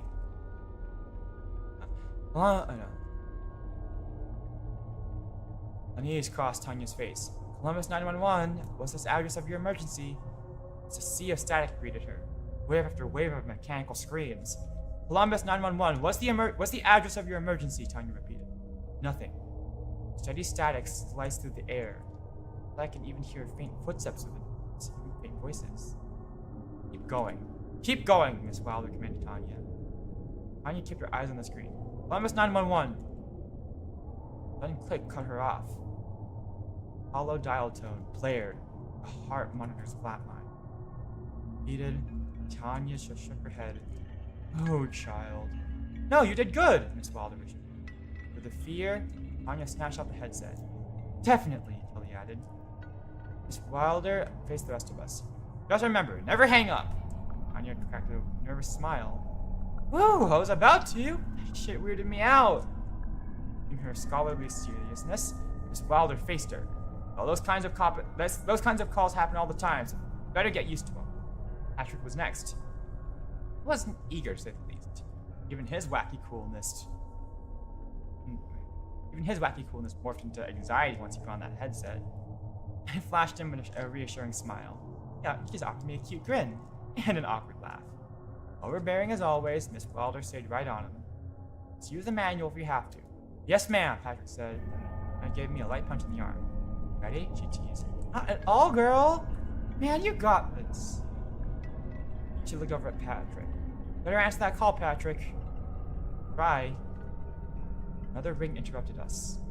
Okay, Patrick said, trying to calm himself. Those rings were the painful shocks to us newbies. Even when we weren't the ones answering, most of us stayed nervous. We're all grown close over the course of this training. Call, take, or commune. Patrick forced himself to answer. Columbus 911, what's the address of your emergency? He asked with the memorized mechanical tone we'd all mastered for the opening question. Even more turbulent static rang out. Patrick cringed at the sound. Hell, we all did. The monster of hissing continued, loud and disorienting. Anya, aggravated, Anya over her ears. Damn, girl, what is that? For me, there was no doubt. It had to be the same caller. You could hear the same movement in the background, the same low, muffled voices, the same fizzles and pops through those sonic streaks. 911, Columbus, what's the address of your emergency? Patrick said in a nervous stutter. Miss Wilder leaned in towards the laptop. The same number? Nope. A dial tone overtook the mysterious call. The otherworldly sound ceased. Just like that. Over. Confused, we all watched Patrick slide off his headset. Abby forced a smile. Who was that? I don't know, Patrick said. Playful, Tanya corrected Miss Wilder. What's going on, Miss Wilder? That's two of them now. Connection working? Catherine asked. Like a politician fending off a barrage of questions, Miss Wilder waved us off. Trust me, it's normal. You're gonna get weird calls like that. Great, Patrick joked. Yeah, she's right, Kelly added. Her unwavering support of Miss Wilder still oh so extra. I'm missing a beat. Wilder turned her attention to Patrick. Didn't hang up. That's good. Remember to never hang up, Tanya playfully. Miss Wilder gave her a weak smile. Right. I couldn't help but crack up. Even with the creepy stacks that was stuck in my head, still replaying through my mind. I'm just telling y'all what to expect, Miss Wilder told us. You have to be professional when you get out on the floor. In a frenetic burst, the locked doorknob began rattling, as if the brass knob was pulsating to life. Quick, jarring turns. Startled, the whole class looked at it. We're training! Miss Wilder tried at the top of her lungs. Now she was in serious drill sergeant mode. Rattling grew slower, weaker. I'm sorry, but we're training, Miss Wilder yelled. And then the knob faded to stillness, a slow death. Each of us stared at it. Besides a few forced laughs or smiles, mask or unease, Miss Wilder's chuckles shattered the silence as she faced us. Oh, no, that's over with. It's your turn, Abby. We wired Abby in. Then, another call arrived. Always the prize teacher's pet, Abby answered before the end of the first ring, before Miss Wilder could even jump in. It was the same static, same waves of scorched sound, a scrambled symphony. Columbus 911, what's the address of your emergency? I was in the mic. The static persisted. Only now I could hear clear movement. All could. Loud footsteps played over the white noise. Staggering footsteps, falling furniture. Confused, Miss Wilder leaned in closer towards the screen. Columbus 911, what's the address of your emergency? Abby repeated. Wilder faced Kelly. That's the same number. Kelly checked the screen. Kelly, I can't. Kelly checked the screen. Fear made her eyes go wide. Oh my God, you're right. When I did? Patrick asked. In a worried gaze, Miss Wilder stared at the laptop. Number. Yes, she said, her voice hindered by unease. It's the same one. The same one? Tanya exclaimed. The static scratching grew unrelenting. A scratched record from hell, the sounds overwhelmed our minds. Trapped in an awkward silence, Abby turned to Miss Wilder for help. About the only thing she could do. A painful scream shot through the static. The voice of a tortured singer on this messy electronica. The female scream was low but agonizing. It soon gave way to desperate breaths. None of my classmates said a word. There wasn't even a lame attempt at humor amidst the shared terror. The woman's voice tried to speak through the constant static. Help me! She strained to say through gasping breaths. Miss Wilder faced Abby. Talk to her, she said, unable to try to hide her trembling voice. In the call, the woman's heavy footsteps were heard something around. Her constant groans as painful as her scream. The deer in headlights. Abby stared at the screen but couldn't utter a word. Paleness permeated her face. Help me, the woman said. The call ended before she could even finish. The woman's life support had been unplugged in one merciless pull. Miss Wilder didn't wait to break the silence, but her terrible acting couldn't how much these last few calls had unsettled her. Okay, that was good, Abby, she said, startling us through this lingering fear like cattle. She heard it in the next trainee. Catherine, it's your turn. Paddling both the goosebumps and the cold, I folded my arms. I decided to speak just to get my mind off those disturbing replays, to get the static out of my head. Miss Wilder, what do we do in situations like that? I asked, like when it's the same caller bugging us. Miss Wilder gave me a dismissive ways. Oh, it's just prank callers. We get a bunch of them. Catherine sat at the laptop. Immediately, another call came roaring in. After checking the number, Miss Wilder flashed an excited smile. All right, this one's different, she said. Kelly let out a sigh of relief. Oh, thank God. You and me both, girl. Catherine took the call, but the static dashed our safety. Same static. Say all the intense white noise lent us even more chilled in this cold classroom. Worried, Catherine looked toward instructors. Miss Wilder motioned towards the laptop. Just talk to them. A long, eerie cry erupted from the laptop. Too human to be a dying animal.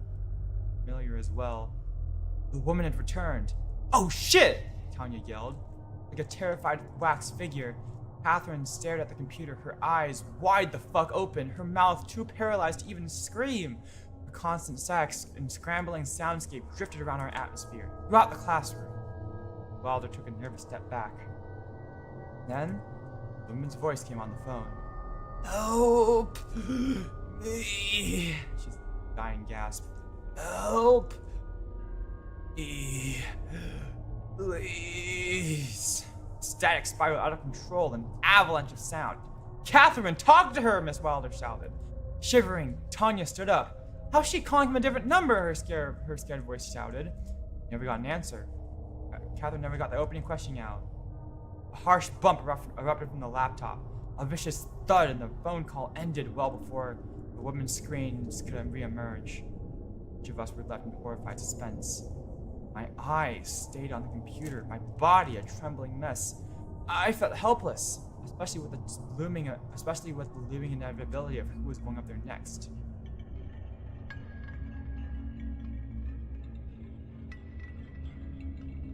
Rattled, Tanya pointed at the computer. Miss Wilder, who's that woman? A victim in denial, Miss Wilder avoided eye contact with us. Just a prank caller, guys, I'm telling you. I gave her a weird look. He was buying this shit. Miss Wilder helped Catherine stand up. I'll better get used to them, Miss Wilder muttered. That's all I'm saying. The heater had no chance at healing my scars. Even when the adrenaline now joined the fear and cold, I kept staring at the laptop, forced to face my fate. Stuck in a catatonic state, Catherine stumbled back to her seat. 5 of us now made a frightened formation. "Your turn, Krista!" Miss Wilder yelled out. I sat there, hesitant, unable to console myself for the call. Miss Wilder waved me over. "Come on, it's your turn," she said. "Ain't nobody gonna hurt you." Slow march of a child headed towards the principal's office. I walked up towards that front desk. I feel everyone else's eyes glued to my every step. "You got this, girl," I heard Tanya say. "Hey, maybe they'll hang up," Patrick said in a reassuring joke. At least they were trying to encourage me on this creepy Friday morning. But I couldn't smile. Not now.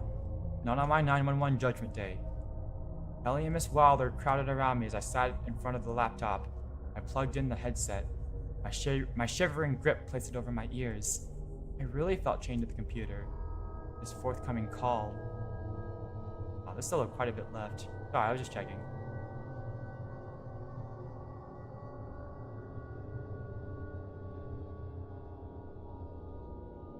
Upon facing the laptop, I felt more anxiety sink into me.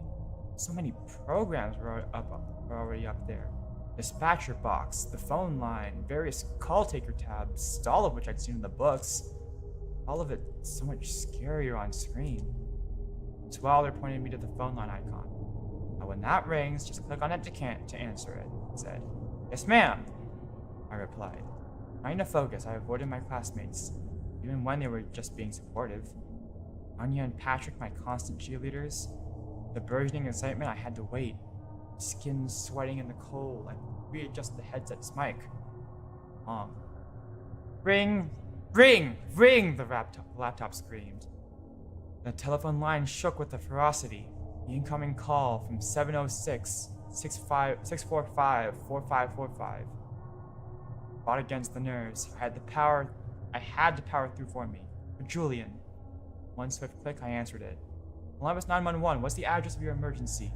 I said in a strong voice, channeling my inner Miss Wilder. Like a malfunctioning robocall, I heard the white noise grip me. The incessant static sang out. But I didn't give up. Not with Miss Wilder breathing down my neck, and with Julian depending on me back home. "Columbus 911, what's the address of your emergency?" I said again. The static stayed steady. The unsettling noises of the sound waves of the dead, seemingly a distress signal from outer space, beyond the grave. "This can't be happening again," I heard Kelly say to Miss Wilder. "Hold on," Miss Wilder told her. I kept my eyes on the screen, further drawn in once I'd heard the movements of the static. Clumsy movements. "Help me!" The woman's voice called to me. Everyone went silent. The fear almost overpowered my own voice and strength. Almost. "Ma'am, what's the address of your emergency?" I asked. I could feel my hands clenching tight, a nervous tick well beyond my control. Footsteps grew heavier than the static storm, as if the woman was mustering whatever strength she had left us for this one call. "Help me, she said. Immersed, I leaned in closer towards the laptop. "Man, help me!" The woman cried out in a painful howl. Startled, I fell back. I heard Tanya shout in fright. "Help us!" The woman screamed in the stifling static. "Help us! Please!" Like the fellow asylum patients, a collection of tormented cries joined her. Female, male, agonizing screams, weakened whispers, pitiful sobbing, all of it pouring through the line. All these people in obvious pain, all of them dying. I heard shelves collapse around the screams. More chaotic movement erupted. Their terrified panic well on display. "Help us!" an old lady yelled. "Send somebody!" A panicking man hurled at me. Their voices all grew louder and louder with the static, an unsettling beat. Their desperate chants formed a desperate final plea. My desperate shook from their sheer force. "Please help us!" a young woman whimpered. The victims' voices overlapped, fused together for this frightening frenzy. The room Death clamored for me. I was too scared to say a fucking word. Let's follow protocol. Oh my god. Okay, hold on. I'm sorry. I need a break real quick. Oh, I've been talking non-stop for like over 2 hours. I think I'm gonna pass out. Give me a sec. I need to catch my breath for a second, and we'll continue. Hold on. Also, hi Shane, welcome. Very spooky.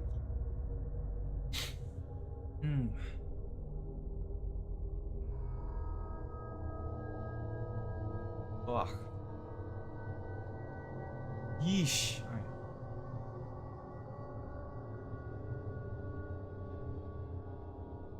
ASMR is better, isn't it? This isn't necessarily ASMR. It's more of just to me reading spooky stories.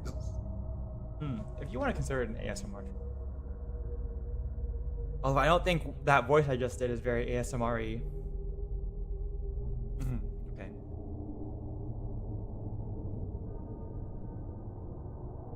Frightened, I pushed myself away from the keyboard. My headset tumbled off. My hectic hands hit the touchpad, ending the call. I'd inadvertently sent us into a suffocating silence. Breathing heavy, I stood still and faced the screen. A red glow now decorated the phone line icon. The text box read, "Call ended 1:44. 1 minute 44 seconds of pure terror." I noticed my scared classmates watching me. My 911 training course now transformed into a horror house. "What'd you do that for?" Miss Wilder shouted in dismay, her voice a beaming defibrillator through our dead silence. Startled, I just confronted her disapproving glare. "I told you to never hang up!" Miss Wilder yelled. A calm Kelly stepped towards me. "Yeah, you should have followed protocol, Krista." "What are you talking about? What is you talking about?" Tanya shouted. I looked over at Tanya. Had to have her on my side. Back in disciplinarian mode, Miss Wilder confronted the class. "Look, this is training. I've told y'all you're gonna get calls like this." "So?" Tanya replied. Miss Wilder glowered at me. "You're not supposed to hang up, Krista, ever." For some reason I looked back at Kelly, knowing good and well whose side this bitch was on. "He's right," Kelly said, her calmness returning to her voice. For that matter, both her and Miss Wilder were way too calm. "Wait, so all this was bullshit?" Tanya asked. The epiphany spread amongst us. I was caught somewhere between relieved and mad as hell. "Holy shit," Patrick muttered. Miss Wilder cracked a wide smile. If she wasn't my instructor or 30-year senior, I would have punched the shit out of her right then and there. "Hey, we gotta train y'all for the crazies," Miss Wilder went on. "Everyone passed stick to you, Krista." Holding my temper for Julian, all I did was glare. Death glare from Miss Wilder and Kelly. "So stupid, though," Tanya yelled. "Yeah, who's making those calls?" Abby asked. Kelly stepped towards the trainees. "We got some of the call takers to do," motioned towards the door. They always help us out with this part. "Wow," is all I could say. Might have been able to stop myself from throwing punches, but couldn't hide my voice and my simmering anger. Chuckling, Miss Wilder patted me on the back. "Hey, it's alright. We'll redo it later." We walked towards the door. "Retake it?" I said in disgust. "Oh yeah," Miss Wilder said. She unlocked the door. "Playing deputy." Kelly looked over at me. "She's serious now." Miss Wilder swung the door wide open.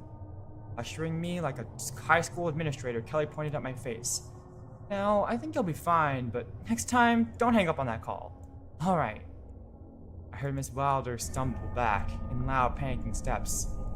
Then Tanya let out one dramatic scream. The entire class looked towards the open doorway. An ocean of blood flooded all the way down the hall. Right outside our classroom door, I could see the vivid redness stick to the door. Like gruesome paint, blood covered the walls, even smeared our classroom door. And lying in this crimson sea was the 911 center supervisor.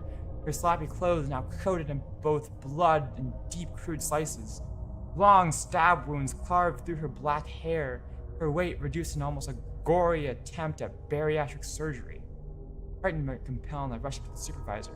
"Oh God!" The supervisor Hansel kept her cell phone, and her last dialed number taunted me, 911 training. He'd been the one calling us all along. During this crazed caller train gone wrong, corner of my eye, I saw the doorknob had smeared red fingerprints. This lady had no chance at getting in. Not when the door was locked, not when we were training under Miss Wilder's watch. Felt a wave of classmates whisk past me. Felt Tanya snatch my wrist and drag me away, drag me through this blood-red museum sprawling through us. Who the hell did this? Kelly cried through her tears. I don't know, Miss Wilder yelled. You gotta get Sergeant Fonda. Rather than following the others to the elevators, Tanya led me through the 911 call center. Patrick even calls to the call taker room. Their morbid curiosity apparently just as strong as mine. Like rain pearls, our feet splashed into the overwhelming crimson. The rip-roaring rhythm so hypnotic. Disturbing. On entering the room, we came to a terrified stop. Everyone was dead, slaughtered, sliced beyond recognition. Bodies scattered about like mutilated livestock. Severed limbs in every corner. Severed heads still wearing their headsets. This call taker office a fusion between a war zone and an operating room. Everything was covered in blood save for the computer screens. And they all showed the last numbers dialed. 911 training. Unable to call 911, his employees had instead called the next best thing, us. On that final fateful call, I hadn't followed protocol. Instead, I'd hung up on a massacre in progress. Now, the code 72120. So many 7120s. All right. And that was it. What a chilling story. I think you were in training and then to go call and then find out that they were calling you because there's no one else better to call. Alright. I think that's gonna be it for this stream. You guys couldn't tell, I was getting pretty tired during the stream. Yeah, I was getting pretty tired during the stream. My voice was my voice was giving out. I wasn't talking quite as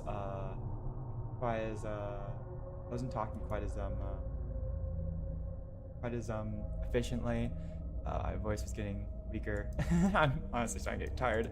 My mouth is honestly starting to get tired from talking. But it's fine. Okay. I'm gonna sleep with the lights on. Yeah. I'll probably be sleeping with the lights on too.